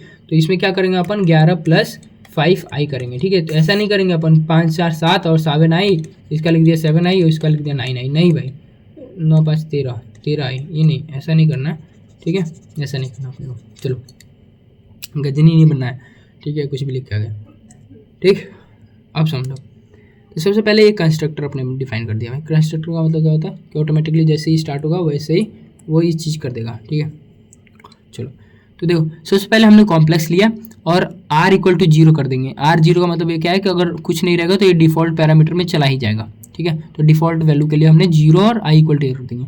मान लिया हमने पहले वाले में जो हमने पास किया, जैसे कि हमने वहाँ से पास किया, यहाँ से ये वाला एग्जाम्पल ले रहे हैं, तो यहाँ से 3 पास किया है इसने, ठीक है। तो 3 यहाँ पर लिख दिया 3, और i हमको कितना भेजा 4i, ठीक है। अगला आया इस यहाँ पे, ठीक है। तो यहाँ पे क्या करता है, एक इसका फंक्शन बना देगा, यानी दूसरा एक टाइप का क्या बोल सकते हैं इसको, इंस्टेंस क्रिएट करता है, ठीक है। अब क्या देखो यहाँ पे फिर से इसमें जाएगा, कॉम्प्लेक्स आया c। अब यहाँ पे आने के बाद जो ये फिर से देखो 2 बार बुला है, 2 और 4 5, ठीक है। तो ये आएगा एक बार, तो यहाँ पे एक बार स्टोर रहेगा रियल वाले पार्ट में, तो ये 2 का 2 आ गया यहाँ पे, प्लस अगली बार जो आएगा यहाँ से ये वाला 4, तो यहाँ पे 4 आ जाएगा, सीरियल 4। अब कितना आ जाएगा यहाँ पे, यह आ जाएगा 6, और यहाँ से जो आएगा 3, तो यहाँ से आ गया 3, और यहाँ से आ गया कितना 5, 3 5 कितना आ गया 8, तो ये कितना आ जाएगा 3 6 + 8i, तो 6 + 8i, और यहीं पे डिस्प्ले का फंक्शन लिखा है बस। तो इतना ही, और कुछ नहीं लिखा है भाई इसमें। देखो तो सबसे पहले तुम क्या बनाओगे, अब बनाओगे कैसे तुम लोग, सबसे पहले एक कंस्ट्रक्टर बना लेना, ठीक है। कंस्ट्रक्टर बना लोगे, उसके बाद तुम लोग क्या करोगे, कंस्ट्रक्टर बनाओगे, उसके बाद कॉम्प्लेक्स एक नंबर का ऐसे ले लोगे, ठीक है। उसके बाद लेने के बाद तुम लोग क्या बनाओगे, फंक्शन ओवरलोडिंग का फंक्शन बना दो। फंक्शन ओवरलोडिंग प्लस का अपने को करना है तो प्लस वाला बना लेना तुम, ठीक है। उसके बाद देखो कॉम्प्लेक्स टेम्परेचर, एक मतलब टेम्परेरी वेरिएबल बनाओगे जिसका टेम्प रियल नाम का एक बनाना, और एक टेम्प इमेज करके ऐसे बना लेना img, ठीक है, यानी इमेजनरी पार्ट के लिए। अब दोनों बनाने के बाद अब देखो ये तो डिस्प्ले का फंक्शन है, इसमें तो कुछ दिक्कत ही नहीं है तुमको, आई थिंक सो इसमें तो डिस्प्ले का फंक्शन में कोई दिक्कत नहीं होगा। इसके बाद क्या करना है तुमको, ये देखो ये कॉम्प्लेक्स C1 बनाया मैंने, कॉम्प्लेक्स C3 बनाया, मतलब ये नाम बनाया मैंने, C3 = C1 + C2 कर दिया, बस यही चीज़ों को दोबारा कॉल कर दिया, यहाँ पे आउटपुट आ जाएगा तुम्हारा। ये होता है तुम्हारा चैप्टर नंबर 4 जो होता है वो कंप्लीट हो जाता है यहाँ तक। होप सो आपको सारी चीज़ें समझ में आई होगी अभी तक, ठीक है। आ रही है कि नहीं आ रही है एक बार बता भी देना भाई। कमेंट सेक्शन में लिख देना कि अच्छा लगा तो अच्छी बात है, नहीं लगा तो भी लिख देना कि नहीं लगा सर, अच्छा नहीं लगा, थोड़ा सा इम्प्रूव करो, यहाँ पे इम्प्रूव कर सकते हो, यहाँ पे इम्प्रूव कर सकते हो। ये तो मैंने मतलब कि वीडियो बना रहे हैं, अच्छी बात है, लेकिन ये है कि इम्प्रूव कर सकते हैं अपने आप को, थोड़ा बहुत इम्प्रूव हो जाएगा आगे वाली वीडियोज़ में, आप देख सकते हो। चलो चैप्टर नंबर 5 करेंगे अभी हम, ठीक है। तो चैप्टर नंबर 5 मैं सोच रहा हूँ कि आपको मतलब कि इसमें सारे नोट्स लिखे हुए हैं, तो आप इसको खुद भी कर सकते हो। तो मैं सोच रहा हूँ आप इसका PDF जो है वो डाउनलोड कर लेना, एंड इसमें क्या ही कुछ एक्सप्लेन करने वाला ऐसा है नहीं है, तो जो मैं एक्सप्लेन करूँ आपको, सो आई थिंक सो ये आप खुद कर लोगे ये चैप्टर। तो मैं यही सोच के चल रहा हूँ और यही मान के चलूँगा कि आप ये कर पाओगे, आई थिंक सो, ठीक है। बाकी आप लोग बहुत इंटेलिजेंट हो ही, आप कर लोगे मुझे पता है, ठीक है। लेकिन अगर किसी को ज़रूरत पड़ेगा, अगर किसी को नहीं बनेगा तो मुझे बताना एक बार, ठीक है, कमेंट सेक्शन में लिख देना, मैं एक बार समझा भी दूंगा इसको। तो वैसे मुझे लगता नहीं है समझाने की ज़रूरत है, ठीक है। इसमें क्वेश्चंस पढ़ लेना, अच्छे क्वेश्चंस लिखे हुए हैं, और इसको प्लीज़ करके जाना, सभी लोग करके जाना। ऐसा नहीं है कि कुछ लोग ने किया कुछ लोग ने नहीं किया, ऐसा कुछ नहीं है, ठीक है। सब लोग करके जाना भाई, ठीक है। और इसका PDF वगैरह डाउनलोड कर लेना, इसके डिस्क्रिप्शन में लिंक मिल जाएगा अभी आपको, ठीक है। मैंने सोचा था 2 घंटे का वीडियो लूँगा, 2 घंटा पूरा पढ़ाऊँगा, लेकिन मेरे मतलब कि थोड़ा सा इन्फेक्शन हो रखा है मेरे गले में, इसके कारण मैं अभी स्टॉप कर रहा हूँ यहाँ पे, ठीक है। बाकी देख लेना, ठीक है। अगर अच्छा लगेगा तो मतलब कमेंट में लिख भी देना और सब्सक्राइब कर लो यार, ठीक है। चलो, गुड नाइट एवरीवन।